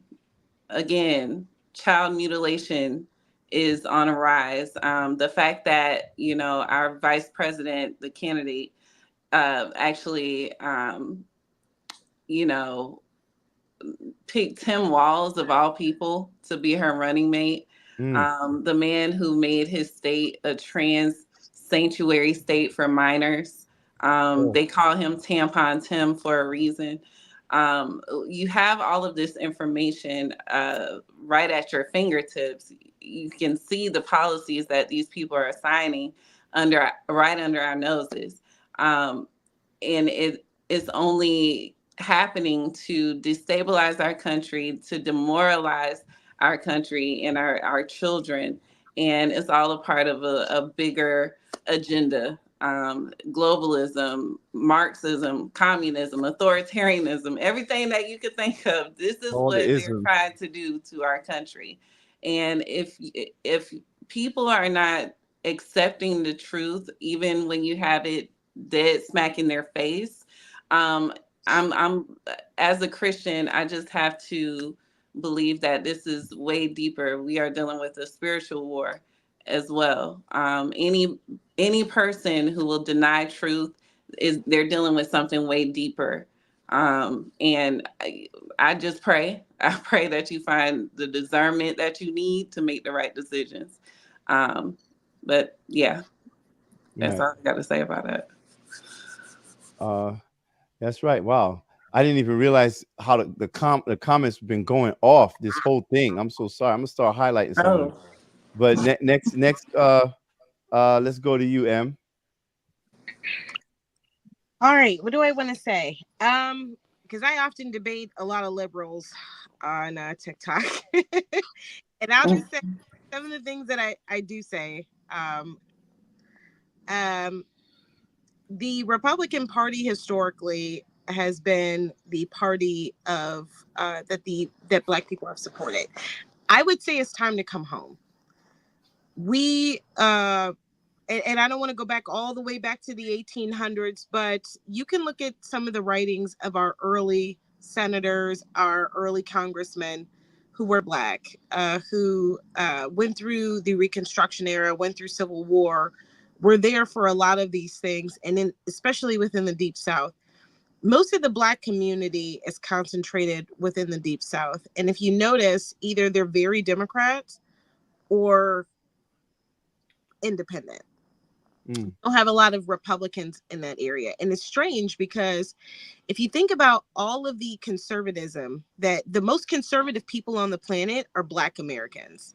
You can go to any church in America and you can hear things like picking yourself up by your bootstraps. If God be with you, then who be against you?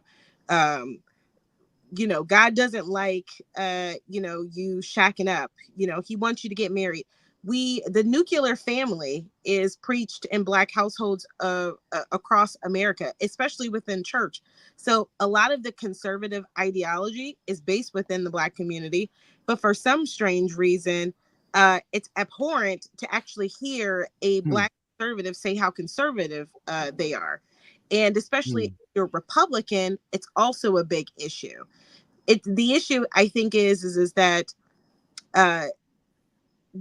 one thing that we should start hyper focusing on is education within the Black community. Too many times, I mean, I'll ask a person on the left, a Black person on the left, explain inflation to me. What is inflation? They have no idea what it is. But yet they believe Kamala Harris when she says that investing in green energy brings down inflation rates. Well, I'm sorry, but some of us that do understand inflation, some of us that do understand the economy are not so easily fooled. So I would also say, and one last thing is not just education, but learn your history. The Democratic Party is the Triple K Mafia personified. They started the Triple K Mafia. If you don't know what that is, it's the KKK.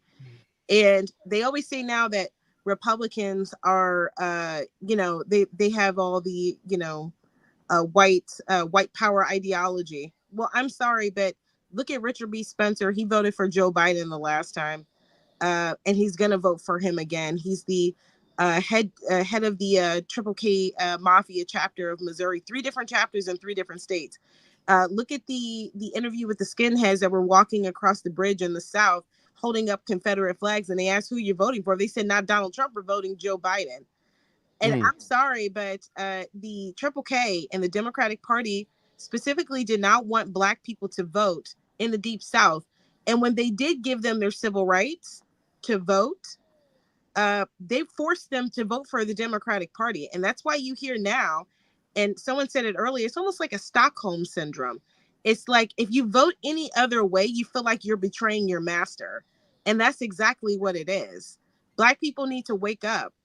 This last promises that have been going on for the last 200 years, that the government will provide everything for you. You will own nothing and be happy.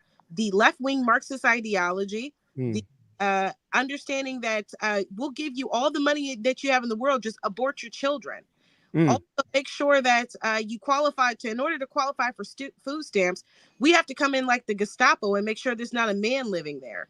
I'm sorry, but we've got to do better in this community. We're the only community on the planet that does not leave their money less than a day. We leave our money in our communities less than a day. It goes to every other community in less than a day, and less than half a day. You wake up in the morning at 8 and your check's in your account by 2 o'clock, it's gone. Yeah. We've got to be able to start doing some internal some introspection within the Black community, and start taking accountability of what we're doing.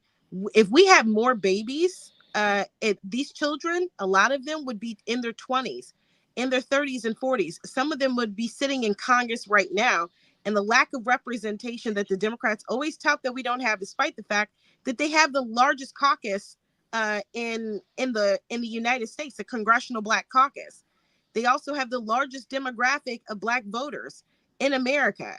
And yet they are still complaining about the same issues from 1964, despite the fact that no Democrat ever voted for the Civil Rights Act. It was the Republicans that filibustered to pass the Civil Rights Act. So I would just say we've got to do a whole lot better. That's what I would say to the Democratic Party. I would say so much more than that, but I don't want to take up too much time. All right. 757. Well, you know, my heart lies with the children for the most part. I mean, everyone, but my heart is really with the children. My concern, I had a family member call me a couple weeks ago, and they were complaining about the illegal immigrant situation and how they're getting benefits, and they're coming over illegally. But not only are they coming over illegally, and I explained to my family member, they're trafficking kids over the border along with them.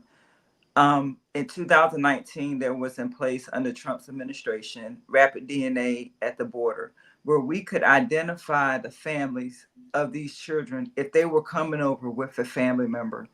And they were separated if they were not, and we tried to reunify with them, reunify them with their families.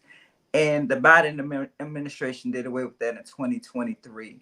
And that has led to over 300,000 missing children. Not only just that, we can't locate those children. A lot of them are being extorted. They're being utilized for slave labor, basically.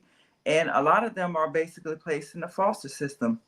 But I asked myself, when we come up with funding to fight the illegal immigration crises that we have in the United States, that funding could very well go to help American citizens and the children of American citizens. We have tons of children in our own foster care system and that have been neglected, abused, traumatized, and we could very well use that funding for them. They did not ask to be here, and we need to make sure that we take care, especially our youth and our elders. And in the United States, we have not done such a great job of that. So that's what I try to explain to my family when voting. You're basically giving away your vote. You're expected. They own you, and they expect you to cast your vote for them, regardless of what they do and regardless of what they give you. The funding that they're spending on illegal immigration, you have to ask yourself, when they remove Black men from the family, when they offer welfare, Section 8, and food stamps, they could have very well set up a program with the Black men in the family, giving them an allotted time to say, okay, we're going to give you 2 years for you to be able to contribute to society. We're going to set these programs in place, but instead it was malicious. So they just they just said, we're going to kick the Black man out the family. And it was at that moment when our families were under attack at that moment. And I just, I try to bring those things to the attention of family members that are still voting Democrat. And that's my take on it.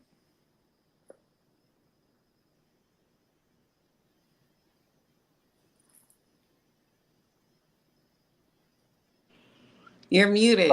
Sorry, Van. Sorry about that. Yeah, I was trying to, keep it muted so I didn't, or you couldn't hear all the noise in the background. Go ahead, brother. Like, what would you say to a family member? Whatever the reason, but why do you think that they should, really consider doing something different this election? Whether it's a family member, someone close in your life, a neighbor, coworker, whatever the situation is, you have to ask yourself, when you wake up in the morning, what do you want to do to improve your life? What do you want to do to improve your community's life, the life of others? And even if what they say you disagree with, stop the slurs, stop trying to dehumanize us because we have a different point of view. Because when you come back with those kind of insults, you're just creating a greater divide.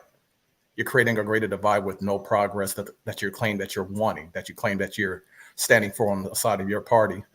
Most of us here in this live, the things that we talk about, we're not trying to defend the Republican Party to the death or saying that the Republican Party or independents don't have flaws or sin or anything of that nature.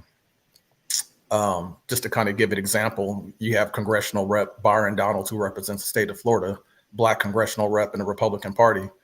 And I remember a few months ago, he was interviewed and asked, have you ever been invited by any functions or anything by the Black Congressional Caucus? He says, no.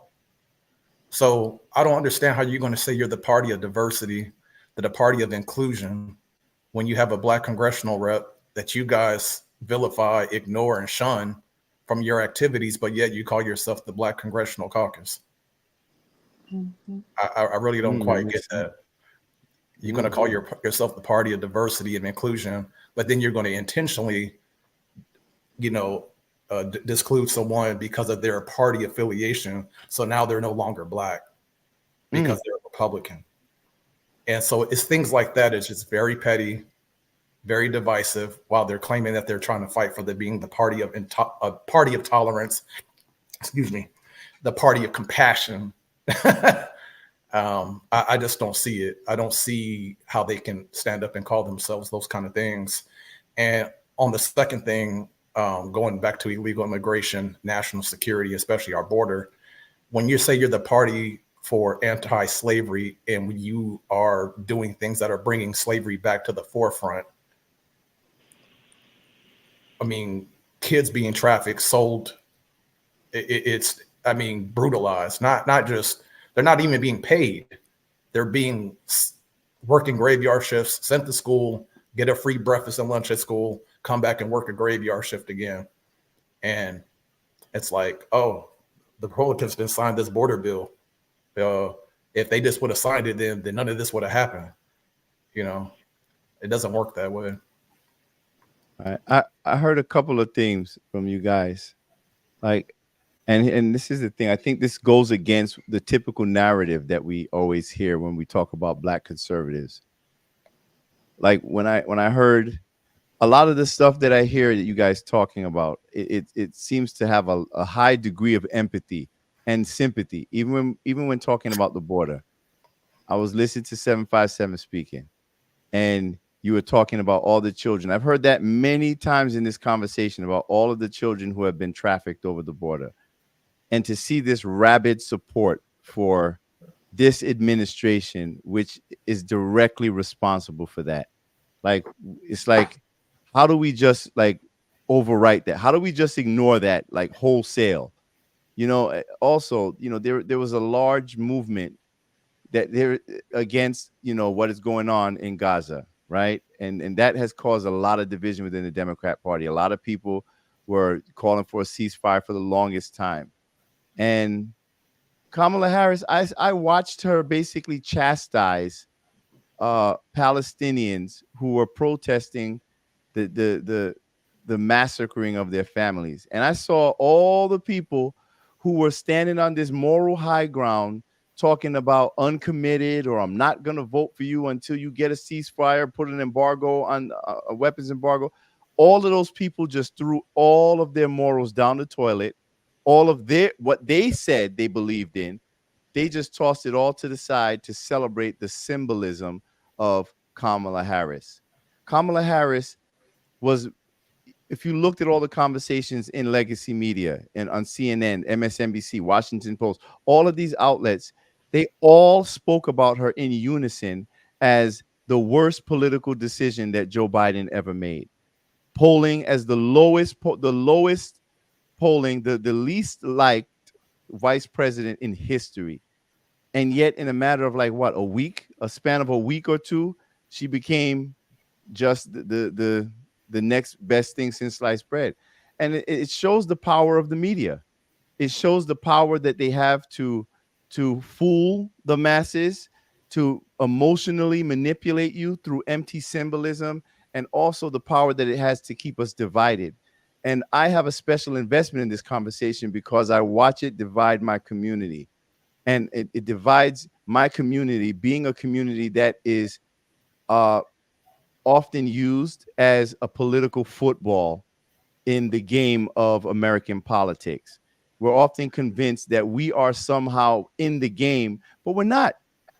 Where the ball is being kicked and thrown around the field.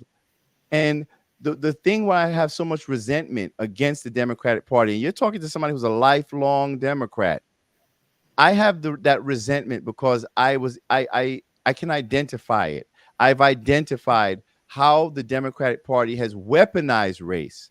They've weaponized race specifically as it pertains to Black people, and they use that against their political opponents while not even considering the communities that they are supposed to serve, that they pretend that they are serving.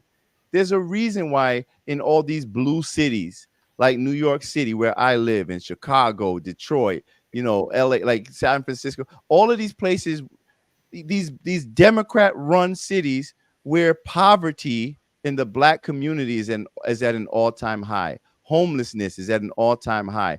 Like, why is it that we continue to vote for these conditions? There's no white Republicans in my city that's causing the conditions in my community. We're a blue state. We're a blue city through and through. So many elections, you don't even have Republicans running against Democrats because it's already known that they're just going to win anyway. They're unopposed.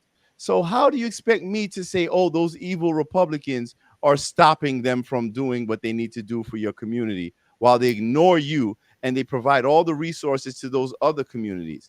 They gentrify us out of our community. See, Democrats do that. Democrats, white liberals come into my community. They gentrify us out of our communities. They treat us like we're visitors in our own neighborhoods. And once they successfully boot us out and outprice us, they replace us with Black Lives Matter signs in their windows. And so I can't just keep looking at that and ignoring it. And I need to understand, what is this trance that the Black community, a lot of us are in, where we just see we have to be in lockstep with white liberals. And I think I know what it is. It's the gatekeeper class. It's the professional managerial class that has been placed in these positions, these symbolic positions, designated as leadership for the Black community by the media, which is to keep you all in line. Keep the natives quiet and compliant. We support these people. We designate them as our voices without realizing that they're not serving you. They're serving themselves, and they're prioritizing their access to that system over their own community. And to me, that makes them traitors. And so we need to have more forums like this where we elevate voices like yours so that people can get the real story, the real perspective, really get to understand how and I don't even want to say the other side thinks, because we're not the other side. Because quite honestly, quite frankly, Black Democrats think very much the same way that we do. A lot of y'all are just so attached to the teat of the Democratic Party, you just cannot release. You're locked on, you're latched on, you can't release. So I would just say that in the grand scheme of things, the best thing that we can do in this moment is to get comfortable being uncomfortable, having those conversations that we're not used to having so that we can find some common ground. Don't be afraid to admit that you're wrong. Don't be afraid to change your perspective after being introduced to new information. That's what we all need to learn to do. And you know what? And we got our brother Angel in here. I know we've been kind of going for a while. I would love to hear your perspective on this. Like, you know, like whatever it is, brother, if it's about the divide, what's going on, how we're being manipulated, anything, whatever you think. And last thing, before I even go to, but before I do want to say one last thing. I am very critical of the Democrat Party and the Republican Party because they are one large corporatized establishment that do not represent the American people. I do all of these things. I speak to the Democrat voters. I speak to the Republican voters, the independents, the gay, the straight, because at the end of the day, we're all being manipulated and we're being fed talking points that are keeping us distracted from the ruling class that is continuing to extract our wealth, extract our freedom while they continue to enrich themselves. So don't be so invested in the CNN talking points when you're having these conversations. Actually think for yourself. Think critically, think deeper, because the politics that we are experiencing today are politics of entitlement and shaming. Democrats are teaching you that you're entitled to other people's shit. And if you ask questions, you should be punished. You should be censored.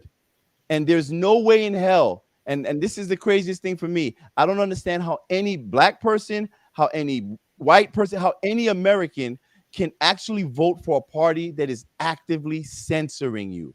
How could you vote for a party that is taking away the First Amendment, the very first foundational freedom that was granted to you in the Constitution? How could you do that when this country is funding censorship in other countries as a pretext to censoring you here? When they're going after your right to defend yourself, they're going after your Second Amendment rights. Kamala Harris has been on every single side of every single issue when it was convenient. I don't trust that, and neither should you. And no matter how much you got to say about Donald Trump, no matter how brash he is, and guess what? He can be an asshole. I agree with that. But one thing about Donald Trump, the man is consistent. He's been saying the same shit since the 1980s. And the only thing that I see, especially as we talk about his failures, is that he has been facing consistent obstruction from the Democratic Party and the Republican Party. So the question should be, why is it that this entire establishment is unified against this man? I think we should be asking that question. And sorry for the rant, but yeah, what's up? Go ahead, Angel. I'm gonna unmute you. What's up? Yeah, I've been listening to y'all, and trying to get home, and I mean, I think you guys hit so many good topics and so many of the issues that we have going on, like just in general, right? But when we talk about the Black and brown community, the inner cities, we see what's happened throughout time. I mean, I think MOD brought it up the best with Lyndon B. Johnson, right? And the process of it. And if you look at the process of that, I mean, Joe Biden's been a part of it for almost half a century. And I want you guys to listen to what I'm saying, right? In the chat, half a century.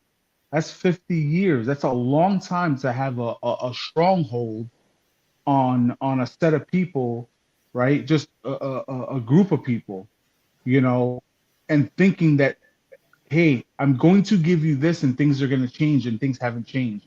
We could look at Chicago, we could look at Baltimore, we could look at New York City, we could look at LA, we could look at San Francisco, we could look at Flint, Michigan, Detroit, Michigan. I mean, we can go down the list of blue cities that we've seen forever, who they've been given money, politicians. Now, these are Democrat politicians who run these cities, who've been bailed out, given money, millions, if not billions of dollars, and you don't see it reflecting in your community. It's a problem. Okay. I mean, that's a fact. You can go down the list, look at the appropriation bills. I mean, I think it's the one thing that, like, I'm so grateful for TikTok, especially because I've met all of y'all great people, and I've met some great people who have taught me how to look at things, because I didn't understand that growing up. Listen, I knew how to work hard. I knew how to make money. I went out there and grinded. I take care of my kids. I take care of my family. I help other people when I can help them. But I didn't understand. I didn't understand how the government truly worked. Right. I trusted them. I trusted that they were going to keep me and my family safe from the outside world. And that's been a fallacy, right? Because they haven't been keeping us safe. True. For a very long time, and it's just, I can't tolerate stupidity, right? And I'm not saying people are stupid, but it's almost like that the ignorance of knowing but not wanting to change. Right. And I don't know if it's ignorance or if it's fear. And I'll give you a quote, right? And I say it all the time, but we're on a new platform, so it's my favorite quote, and it's from Benjamin Franklin, right? He says, if you sacrifice a little bit of safety, or a little bit of freedom and liberty, right? Or for a little bit of safety, right? So if you're sacrificing your freedom and liberty just for a little bit of safety, you deserve neither. That's and it's right. for a reason. And it's for a reason. We've literally been sacrificing our freedom and our liberty for this illusion of safety. But meanwhile, we have the mass migration of not just immigrants, but drugs, weapons, and trafficking through our country. And there's hundreds of thousands of kids missing, just American citizens, let alone the migrants that have come through in the last 3.5 years. Right. And then God knows what before that. Because let's not forget, it's been happening for a long time. They know the crime statistics. We know that the Super Bowl is the biggest trafficking day of the year. Go look up the statistics, and it's mind blowing. We see the fentanyl. We see the fentanyl coming into our streets, killing our kids, killing adults. I mean, drugs are it's terrible. I mean, growing up in New York, man, I lived during the crack epidemic. Okay, right. I watched family members go to jail. I've watched family members been shot. My grandmother's house was raided, because they thought there was some stuff in there or whatever because of what was going on in New York City. I mean, like we lived in a war zone. We lived in New York City was like a war zone. It's just like Detroit was like a war zone, just like Chicago was a war zone. Baltimore was a war. I mean, we all know these inner cities and these blue states. We know what it's like to live in a war zone. Don't think for one second that we don't know what it's like when you got to sit underneath the windowsill on the floor because you can't sit on the couch or sit at the table because you're worried about bullets ricocheting through the freaking windows. If you ain't lived like that, then then you lived a pretty decent life as a child, and you know, and for me, it's just something's got to change. And look, don't get it twisted, man. Don't get it twisted. Republicans have their own shit too, you know, and they go hand in hand. You know, they for years I've watched Obama, I watched Bush, I watched Clinton, I watched Biden, Bush Senior. They all talked about the border. Every last one of them talked about the border. Every 4 years they talk about the border. We're gonna fix it. We're gonna fix it. We're gonna fix it. And the only one who truly put good legislation on the board, right, was Donald Trump. Combating the trafficking, combating the drugs. I mean, he was like, while fighting both the Democrat and the Republican Party. Yeah. I just, go ahead, man, go ahead. No. Actually, that was a good point because that's actually going to be, I guess, the final question that I want to ask everybody for this panel, because, you know, we talked about a bunch of issues. We talked about the difference in thinking between, you know, Democrats and Republicans, especially, you know, people of color, right? But my question, we did ask the question of why you guys would not be voting for Donald Trump and voting for Kamala Harris, right? We asked why you won't be voting for Kamala Harris. So I think in all fairness, I should ask you why you are voting for Donald Trump. And I think maybe if you can articulate that to the people, maybe perhaps they can get a better understanding of what exactly it is that you see that they may not see.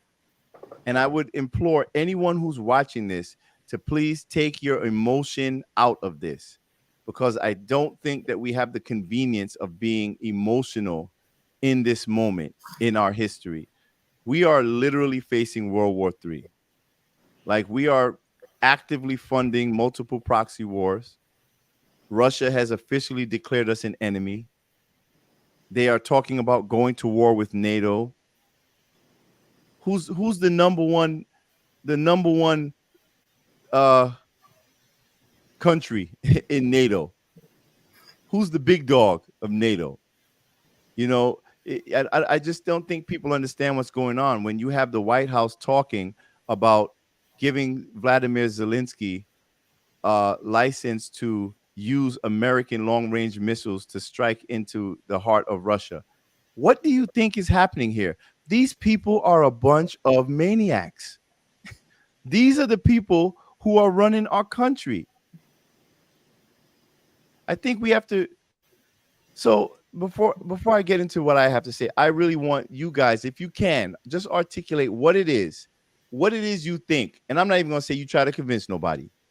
What are the biggest issues for you? What is it that has led you to say, you know what, I'm going to vote for Donald Trump?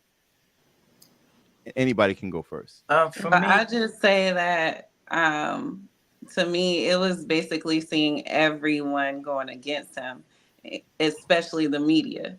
And for years, for generations, we've always claimed that, you know, the media is, you know, fake news. We've been saying that since before Trump. Black people especially, we hated the way that the media portrayed us. And to see that, you know, the media is against him, you know, the Democrats are really against him. Celebrities just started turning their backs on him out of nowhere. And then you see Republicans, lifelong Republicans, Mitch McConnell and Mitt Romney and all of these establishment Republicans turning their backs on him.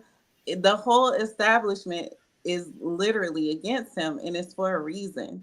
So that's what, you know, caught my attention. But you know, of course, his policies, we had a secure border, our economy was great. You know, he really listened to the Black community as well. You had the First Step Act, You had opportunity zones. You had so many policies set in place for the American people.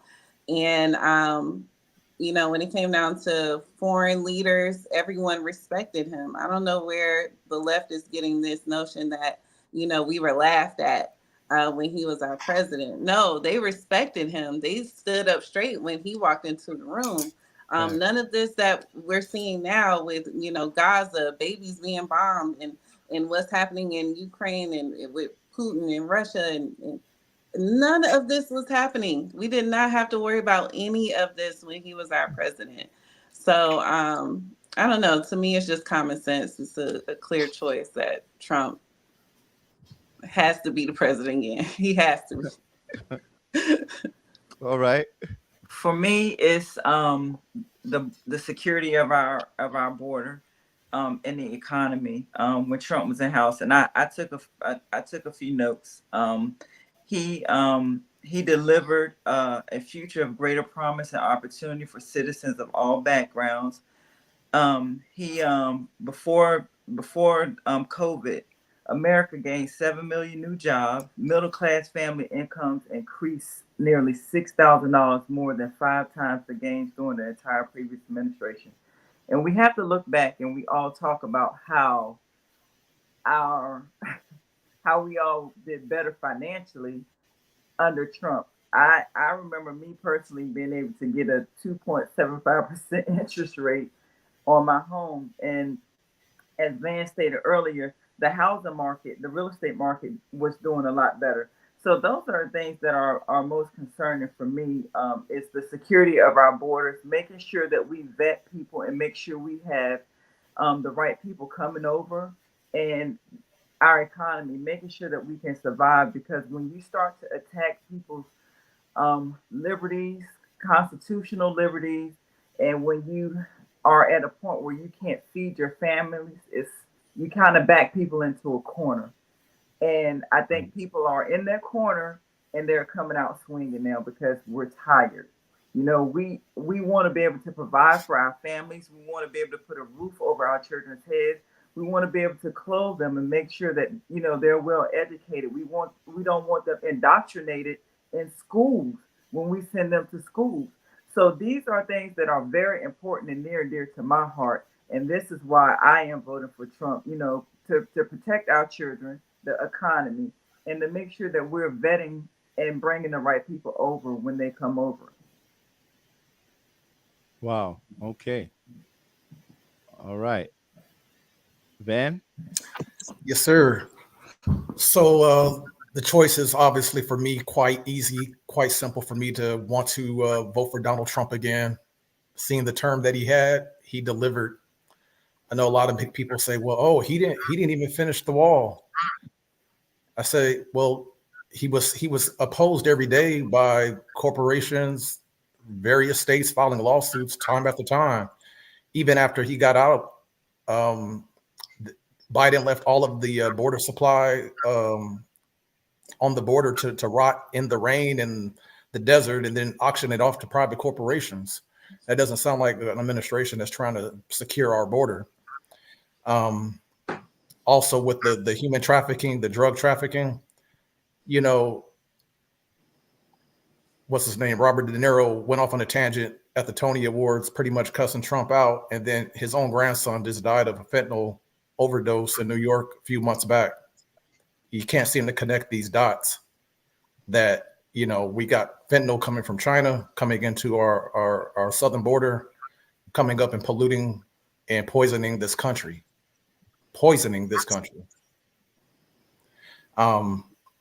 Many people saying, oh, well, when Donald Trump was in office, we're a sanctuary state, we're a sanctuary city.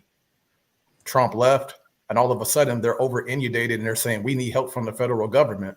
But when Trump was in office, he was keeping that at bay, so that didn't happen. So you guys didn't have to ask and beg for help. So we didn't have migrants sleeping in O'Hare Airport in Chicago, Logan in Boston, Logan Airport in Boston. They're sleeping in police stations in New York City. We've never had homeless using police station lobbies as a semi-fall homeless, station to hang over. parks and recreation centers in local cities that are being used for shelters. It's insane that our kids are losing access to have a good summer because their parks are turning into homeless shelters. It's absolutely unsustainable. And, to see John Legend come up and say that, he's from Springfield, Ohio, and people need to love thy neighbor and open up their doors. Well, he's not opening up his big mansion in Southern California. Barbara Streisand is another one. She's not opening up her mansion. Obama has a 12,000 square foot in Martha's Vineyard, and they sent every migrant that went there and got them out of there real quick. 12,000 foot could have accommodated all those migrants in Martha's Vineyard. But they speak a good game of being inclusionary and being open arms until it's their resources. Nancy Pelosi and Oprah, they're not going to do it. But when they want to push it onto us in our communities where things are stretched and understaffed and underfunded, you can't have both at the same time. And for one to gain, one's got to lose, unfortunately. But I'll let it play there. All right, Crystal. I will say I was a never Trumper. I really was. And I asked God in the beginning of 2024, Lord, open up my spiritual eyes, my spiritual ears, give me wisdom and discernment.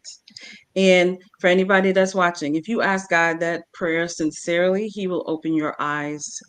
Be careful what you pray for, because you're going to get that answer. And for me, all the things that I thought they said Trump did, when they said he was a racist, when they said that he hates women and all those other things, when I actually took the time to sit down and watch his rallies, listen to what he actually has to say, see what he's trying to do, my eyes was open, and I left the matrix. I exited stage right and it got out the matrix.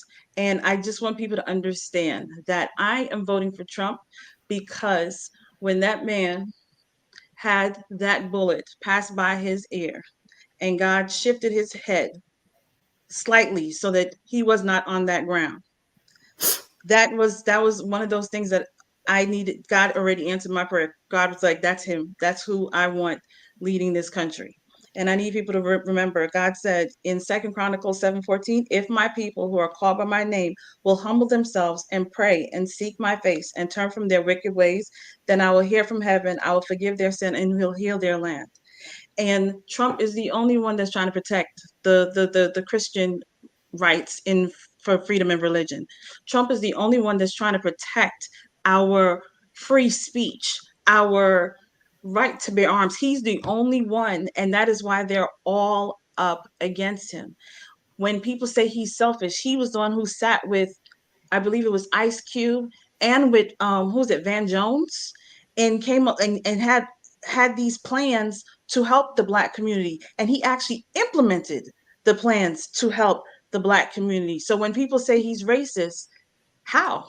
Tell me how. He actually did more than the Democratic Party that we have so long given our votes to. I agree with what you're saying. When the celebrities come out and speak, Taylor Swift decided to say, "Hey, I vote for Walton Harris." But again, she's not opening up her doors. She's not doing anything to help America. Again, I support somebody who's closing that border, someone who is going to fix the economy, someone that is going to protect our children, and someone that actually acknowledges that God exists and that he can't, and he said it on the White House lawn, I can't do this by myself. I need God to help me. So that is why, as a Christian, his policies align with God, and I'll be voting for Donald J. Trump. Make America great again.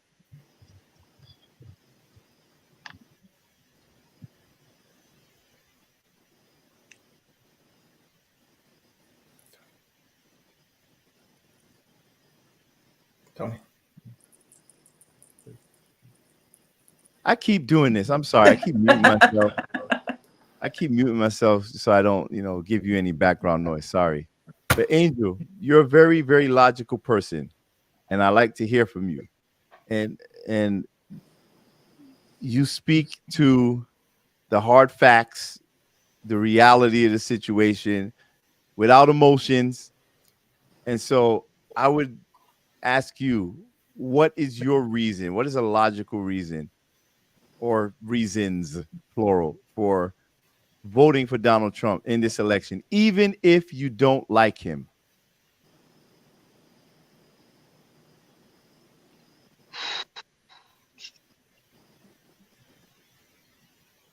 I mean, so I was gonna give you like why I would vote for him, but like the opposite end of it. So I just want to take you back to 2017 to before the pandemic.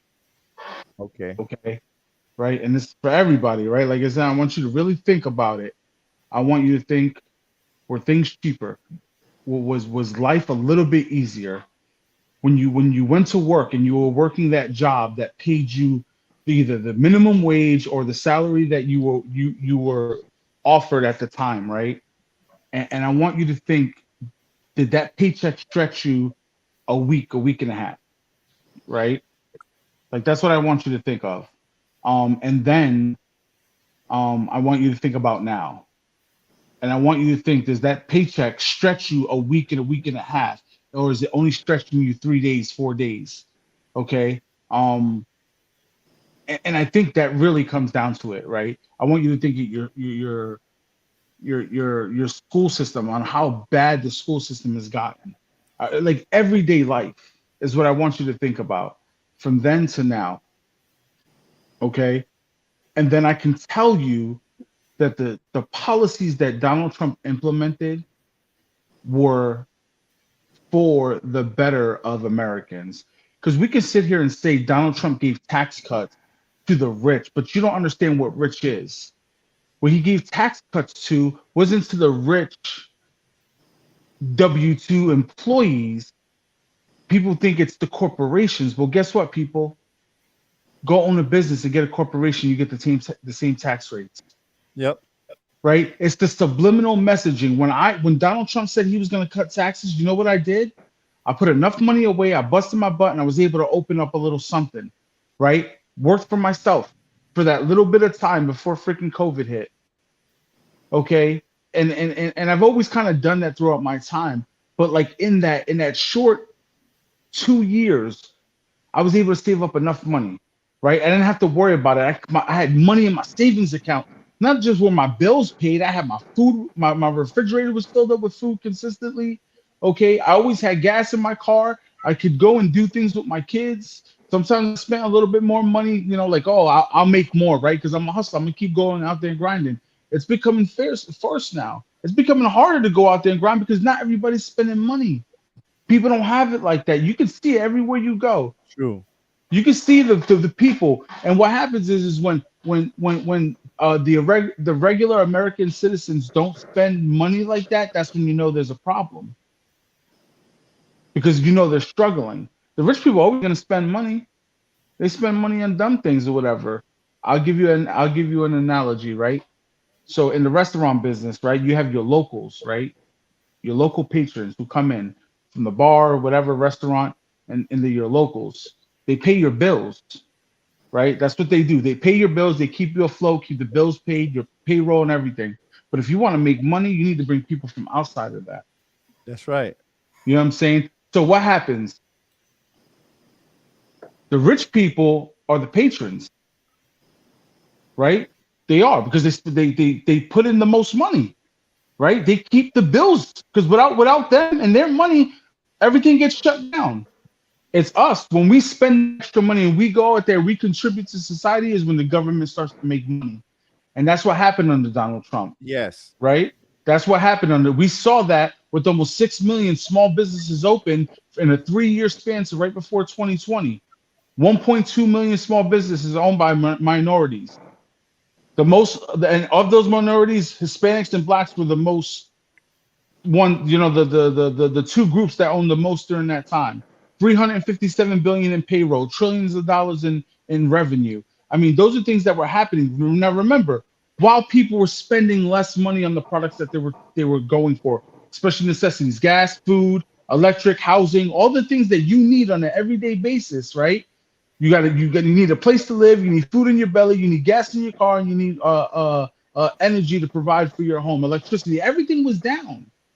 Now we could blame it on COVID. We could blame it on COVID, but we had one of the quickest recoveries from COVID in Donald Trump's full year of COVID. Yes. People were starting to come back to work, right? Yep. Those things were starting to happen. And Joe Biden put us down a path of freaking communist, socialist programs, okay? Because that's the way they want to go. I mean, who was up here? Was it EK talking about Agenda 2030? Or was it the guy on the TV show was talking about Agenda 2030?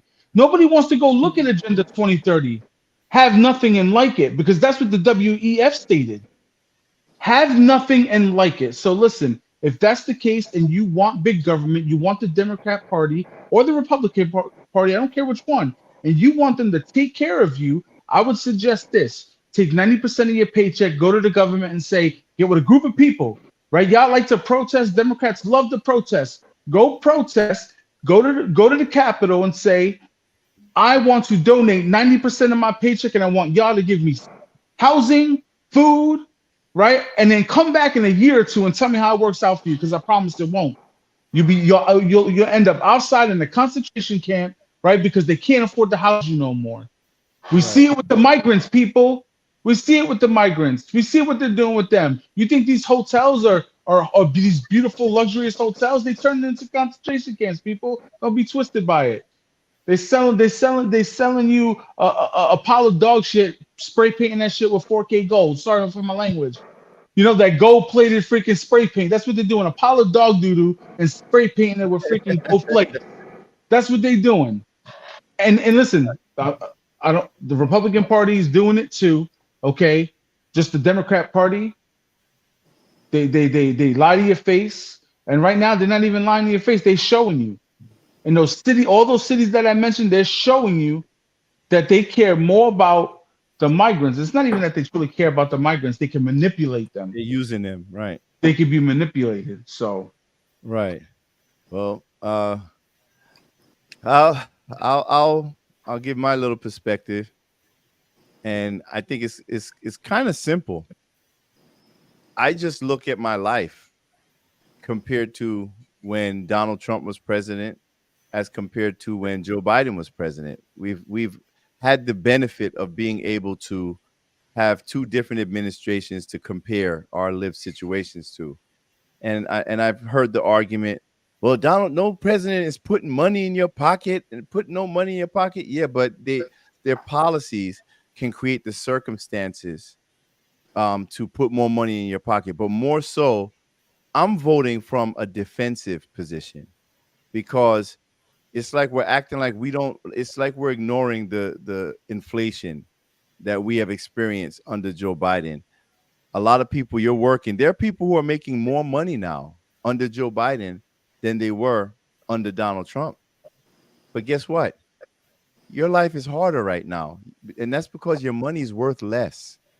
If people need to understand what inflation is and stop allowing yourselves to be manipulated by statistics. And we talk about jobs numbers, we talk about all of this stuff. Yet, every time Joe Biden puts out jobs numbers, there's some there's always a massive correction, right? So I think this has been the most inconsistent information that I have ever seen from an administration since I've been following politics. But but the reason why I'm voting for Donald Trump is because I have seen nothing from the Democratic Party that tangibly represents my ability to sustain economically, financially. Never in my life have I been so adversely impacted by government policy as I am today. And that happened under the Biden administration. And I live in a blue city. I live in New York City, where all of the politics here that have impacted my life in the worst way, they have all been passed by Democrats. That's the reality. So I don't have the convenience of being able to stand on moral pedestals and saying, oh, but they like black people, when they don't like black people. They don't care about you. I mean, Democrats, this is white liberal politics. And white liberal politics, they are delivered to you through a lens of ownership. They own you. That's why they don't do anything for the most marginalized people who are part of the Democrat Party, because they don't have to. They don't have to, because they believe, and they even tell you that you're obligated. No. This is what you're supposed to do. You know, whenever I'm on social media and I offer any sort of criticism for the Democratic Party, I'm called all types of disrespectful names. And it's usually coming from all these profiles with black faces. But then when I did a little bit more digging, I started digging deeper and looking at the profiles and looking at some of the posts and the language. And sometimes they'll join panels and they'll speak. I'm like, wait a minute, these aren't black people. A lot of these are not black people. A lot of these are white liberals who are using those black profiles to hide behind in order to call you a nigger. These are the people who are using those profiles in order to surreptitiously go into certain conversations and tell you how they really feel and shame you back into place. You know how many times I've been called an Uncle Tom by even just white people, just white liberals, white liberal men? Got the audacity. Like, look how you have emboldened them, folks. And that's why it bothers me that so many black folks continue to just fall in lockstep with the Democrat Party when they do nothing for you. And I understand it's because of those gatekeepers. It's because of the Steve Harveys and the D.L. Hugleys and the Ricky Smileys and the Roland Martins. It's all of those folks who give you this false confidence, making you think that something is actually being done for you. You know, I saw a street interview that this guy did. What's the guy's name? Don Lemon, where he was asking all these people on the street, who you voting for? Everybody was like, Donald Trump, Donald Trump. I don't think he expected that. And he asked one guy, he was like, why? He was like, well, you know, I was doing better financially under Donald Trump. You know, my 401k, everything was doing better. And then Don Lemon was like, well, no, actually, that's not true. You know, the economy was blah, blah, blah. Wait, what? So you're telling me that because of whatever data you have, my lived experience is not valid? This is the delusion and the arrogance of the Democratic Party. And like I said, I am a historic Democrat. You know, just like most black folks in the United States, you know, my parents told me, Tony, just check Democrat all down the line. Whenever I would go to the poll, just Democrat, Democrat, Democrat. I never thought about it. I never thought twice. But then my eyes were opened in 2016 because, believe it or not, I was a Bernie Sanders supporter, hard body. I was a quote unquote Bernie bro. Even though they tried to paint Bernie supporters as racist white boys, nah, bro. Bernie had a lot of support from the black community. Why? Because he spoke to the issues that concerned us. Bernie Sanders was a populist candidate. That's why Donald Trump became so popular, because he was also a populist candidate. Unfortunately, Bernie Sanders betrayed his entire movement and went out like a sucker. Bernie threw his whole movement under the bus. He abandoned us. And I still saw them move forward without him. See, these movements are bigger than one man, one symbol. And even when it comes to Donald Trump, I don't worship Donald Trump like a lot of people try to accuse us of doing. This is literally me voting for the lesser evil.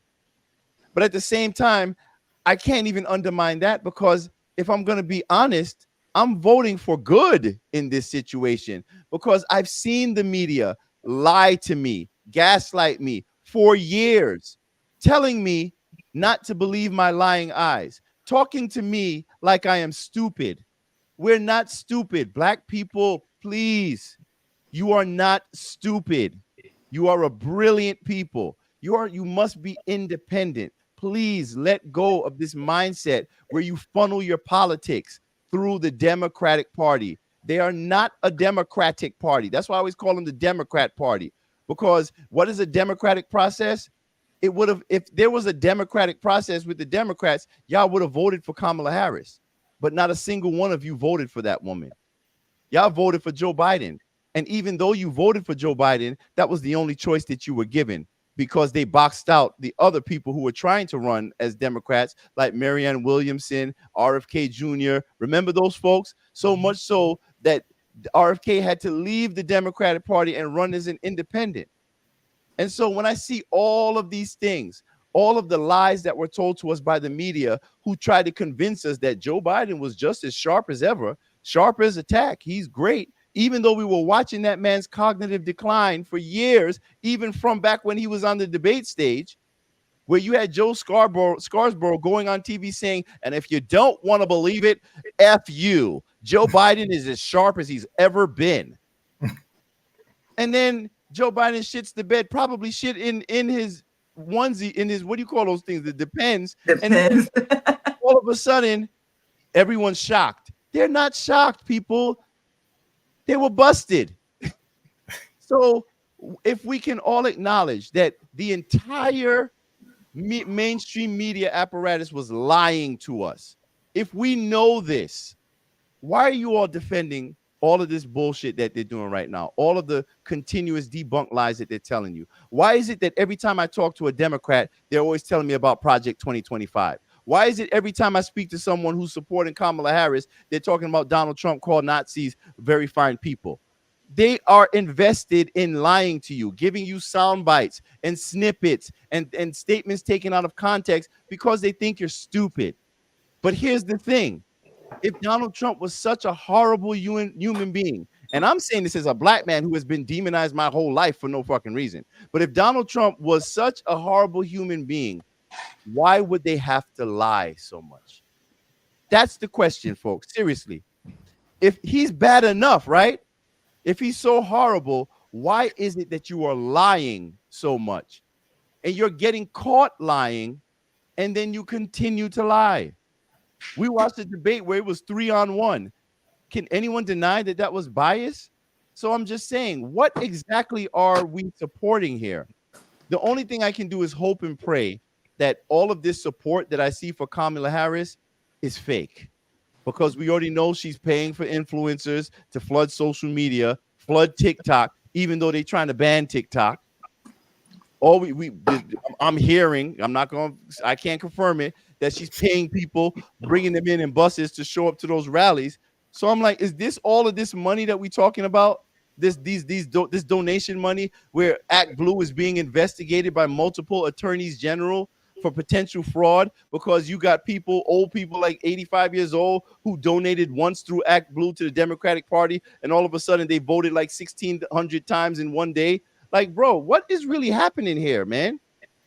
And yet you got Democrats telling you that voter ID laws are racist while they're funneling millions and millions of illegal immigrants into the country who are being let into black neighborhoods where they're taking our resources and they're spending our tax dollars to put them in hotels and feed them and give them all types of benefits and cash money. And y'all are giving me the bullshit excuse that, oh, well, illegal immigration has been happening all the time. Not like this, brother. Not like this. You have millions of unvetted people coming into this country, so much so that we now have some of the most violent gangs that are coming into our neighborhoods, and crime is going through the roof. And y'all ain't ready for that type of crime. So what I'm saying, after all of that yapping that I've been doing, is that we have to raise our IQ, our political IQ, and stop making our decisions contingent to our emotions. That's the problem. Whenever I ask you why you're voting for Kamala Harris, or whenever someone asks you, why are you voting for Kamala Harris? Take the emotion out of it and think logically. What policies is it that you are supporting that you know can be implemented? I'm not talking about the word salad she's giving you and the shiny shit she's dangling in your face that she can't pay for. What is it that she is espousing to you politically that tells you that she is someone you can trust to run this country better than the man who was already president and built a relationship with a lot of dictators? And y'all say, oh, that means he's evil. No, because a president's job is to be able to create conversations with people who are adversaries and keep them at bay. There were no new wars under Donald Trump. What are y'all gonna say? There were no new wars under him. They respected him. I want a president who's going to be the asshole that when he walks in the room, all those other foreign leaders are going to be like, oh, shit. Damn, this guy. That's who you want to walk into the room. You don't want someone who's cackling and giggling and just delivering word salad and looking like an idiot.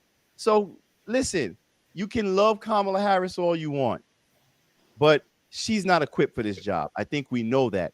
And we're in a state of emergency right now in this country where we cannot afford to gamble with our welfare, our safety, and our economy. And so that's why I'm voting for Donald Trump, because I'm utilizing logic and not emotion. Sorry for the speech. So, remember when Donald Trump rolled in with who was it? The prime minister of somewhere out in Europe or whatever. Remember, and the dude cut him off, and he mushed him out of the way, bro. Said, yo, I'm here. Like, yo, yes. that was it for me. He did that too. That was it for me, right? Because he said, look, this is America. Like, what did we just talk about with NATO? Oh no, it wasn't here. So listen, I've been live all day, and look, I'm about to smoke, and I've been eating liberals all day, man. I'm sorry, for some liberals in here. I'm sorry, okay, but I don't do stupidity, okay? I just don't, And the guy was like, oh, he's like, our GDP is the best. Why during COVID we have this? Why did we recover the best? And it's like, well, it's because of our dollar. And he's like, well, there's other countries. Well, it's our dollar that runs the world. The US dollar runs the world.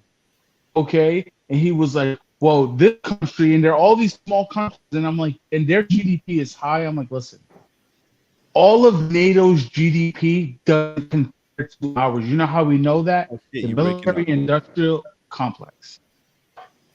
Is he breaking up? Yes, he is. Yeah, you breaking up, brother. I think it's just that Biden net. Yes. That Biden internet, bro. Wi-Fi.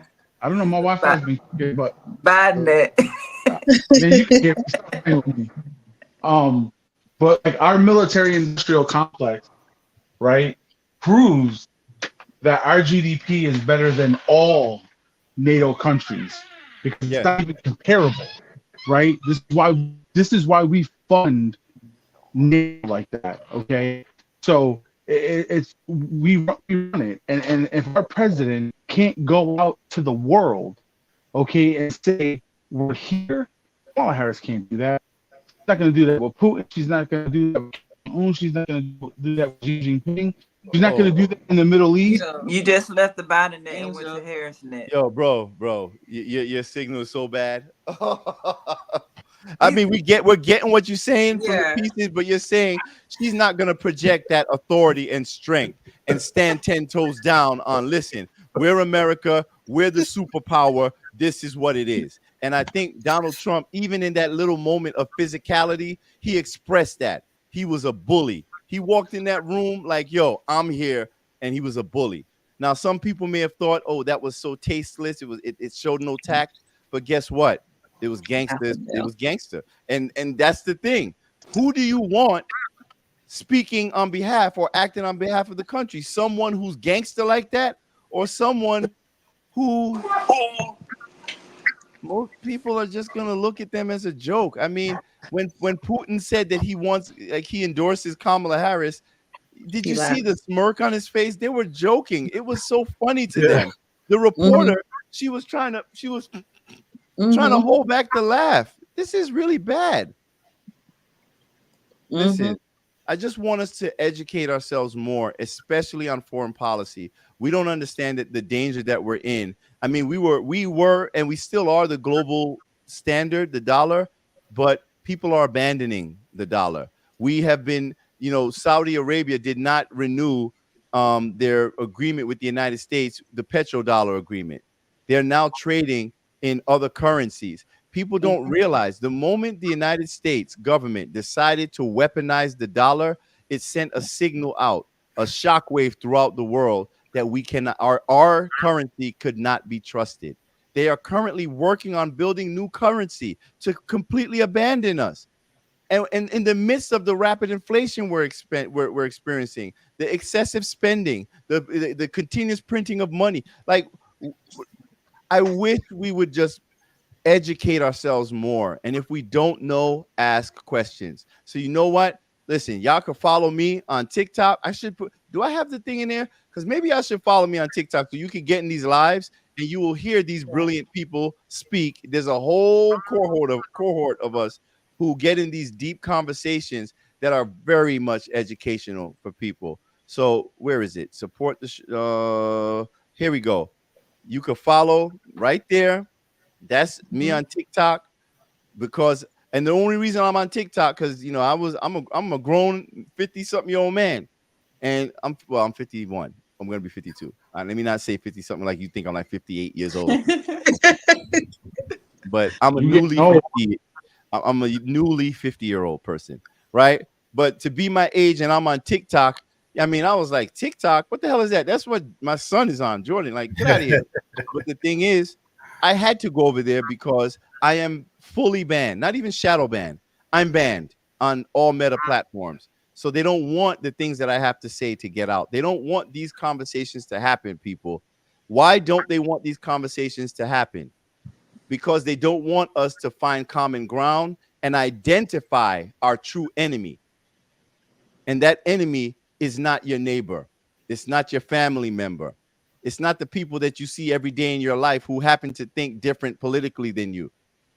The enemy is the people who are making these decisions that you have to live through, and they're making these decisions without your permission. Never in this country's history has the public policy been so disconnected from the will of the people.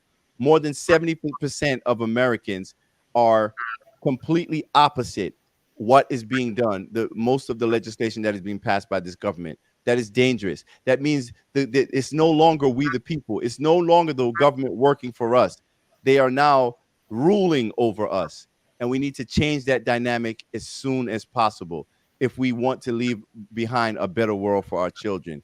And that's why I'm doing this. I care about the world I'm leaving behind for my kids, my grandkids. We got to take that responsibility and take the love and hip hop nature out of our politics, because it's embarrassing. It's pathetic. It is. It is. And Black celebrities are not our leaders. That's the last thing I want to say. They're not.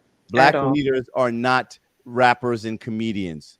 No. Twerking on stage, twerking on Washington, get your booty to the polls. Girl, we out here in these streets. Nah, bro. Nah, we don't do that. Don't talk down to us. Don't pander to us, and don't disrespect us. And I also issue that charge to the gatekeepers, the Black bourgeoisie, who is out there shaming other Black people for not falling in line with white liberals. We will never fall in line with anyone, but I especially will not fall in line with white liberals who have decided that they own my opinion, they own my politics, they own my vote, they own my mind. It will never happen. And remember, people, anyone who tries to silence you, anyone who tries to convince you that somebody else's words are a danger to you, that is an enemy to you. Because free speech isn't even for me. It's for you. It's for you to be able to say the things that may offend me. Because at some point in our conversation, in our life, you're going to end up saying something that someone else is offended by. So don't ever cheer for the censorship or silencing of other people who have a different point of view, because sooner or later it's going to come back and visit you. Yep. And so with that being said, I do want to thank the panel. I'm very sorry for running my mouth so much. I think all good, man. You're all fine. Good. Yeah, we're it's probably much needed. Yeah. And I do want to have another podcast episode where we're going to invite some of our Black Democrat friends, our liberals, to partake in this conversation. It might get spirited, it might get a little passionate, but one thing we always do is we show respect. And that's what we expect from our liberal counterparts, because at the end of the day, I'm sorry, y'all are holding the championship for disrespect in the discourse right now. You're shaming Black people who don't fall in line with liberal ideology, and that's extremely harmful. Think about the future, think about the children. And also, if you truly want to bring people to understanding or to your side, how can you do that when you're doing nothing but disrespecting them? The only thing that shows is that you may be afraid of being challenged. So once again, I want to thank you guys. I appreciate all of you on the panel, and I appreciate everyone for watching. It has been a pleasure having everyone here, and I want you guys to hold on after we go to break. I want you guys to stay right there. But yes, so thank you, everyone. You can follow me on Tony Talks, Tony_Talks on TikTok. And until then, this has been We Need to Talk with Tony, and we thank you for joining us, and you all have a great evening.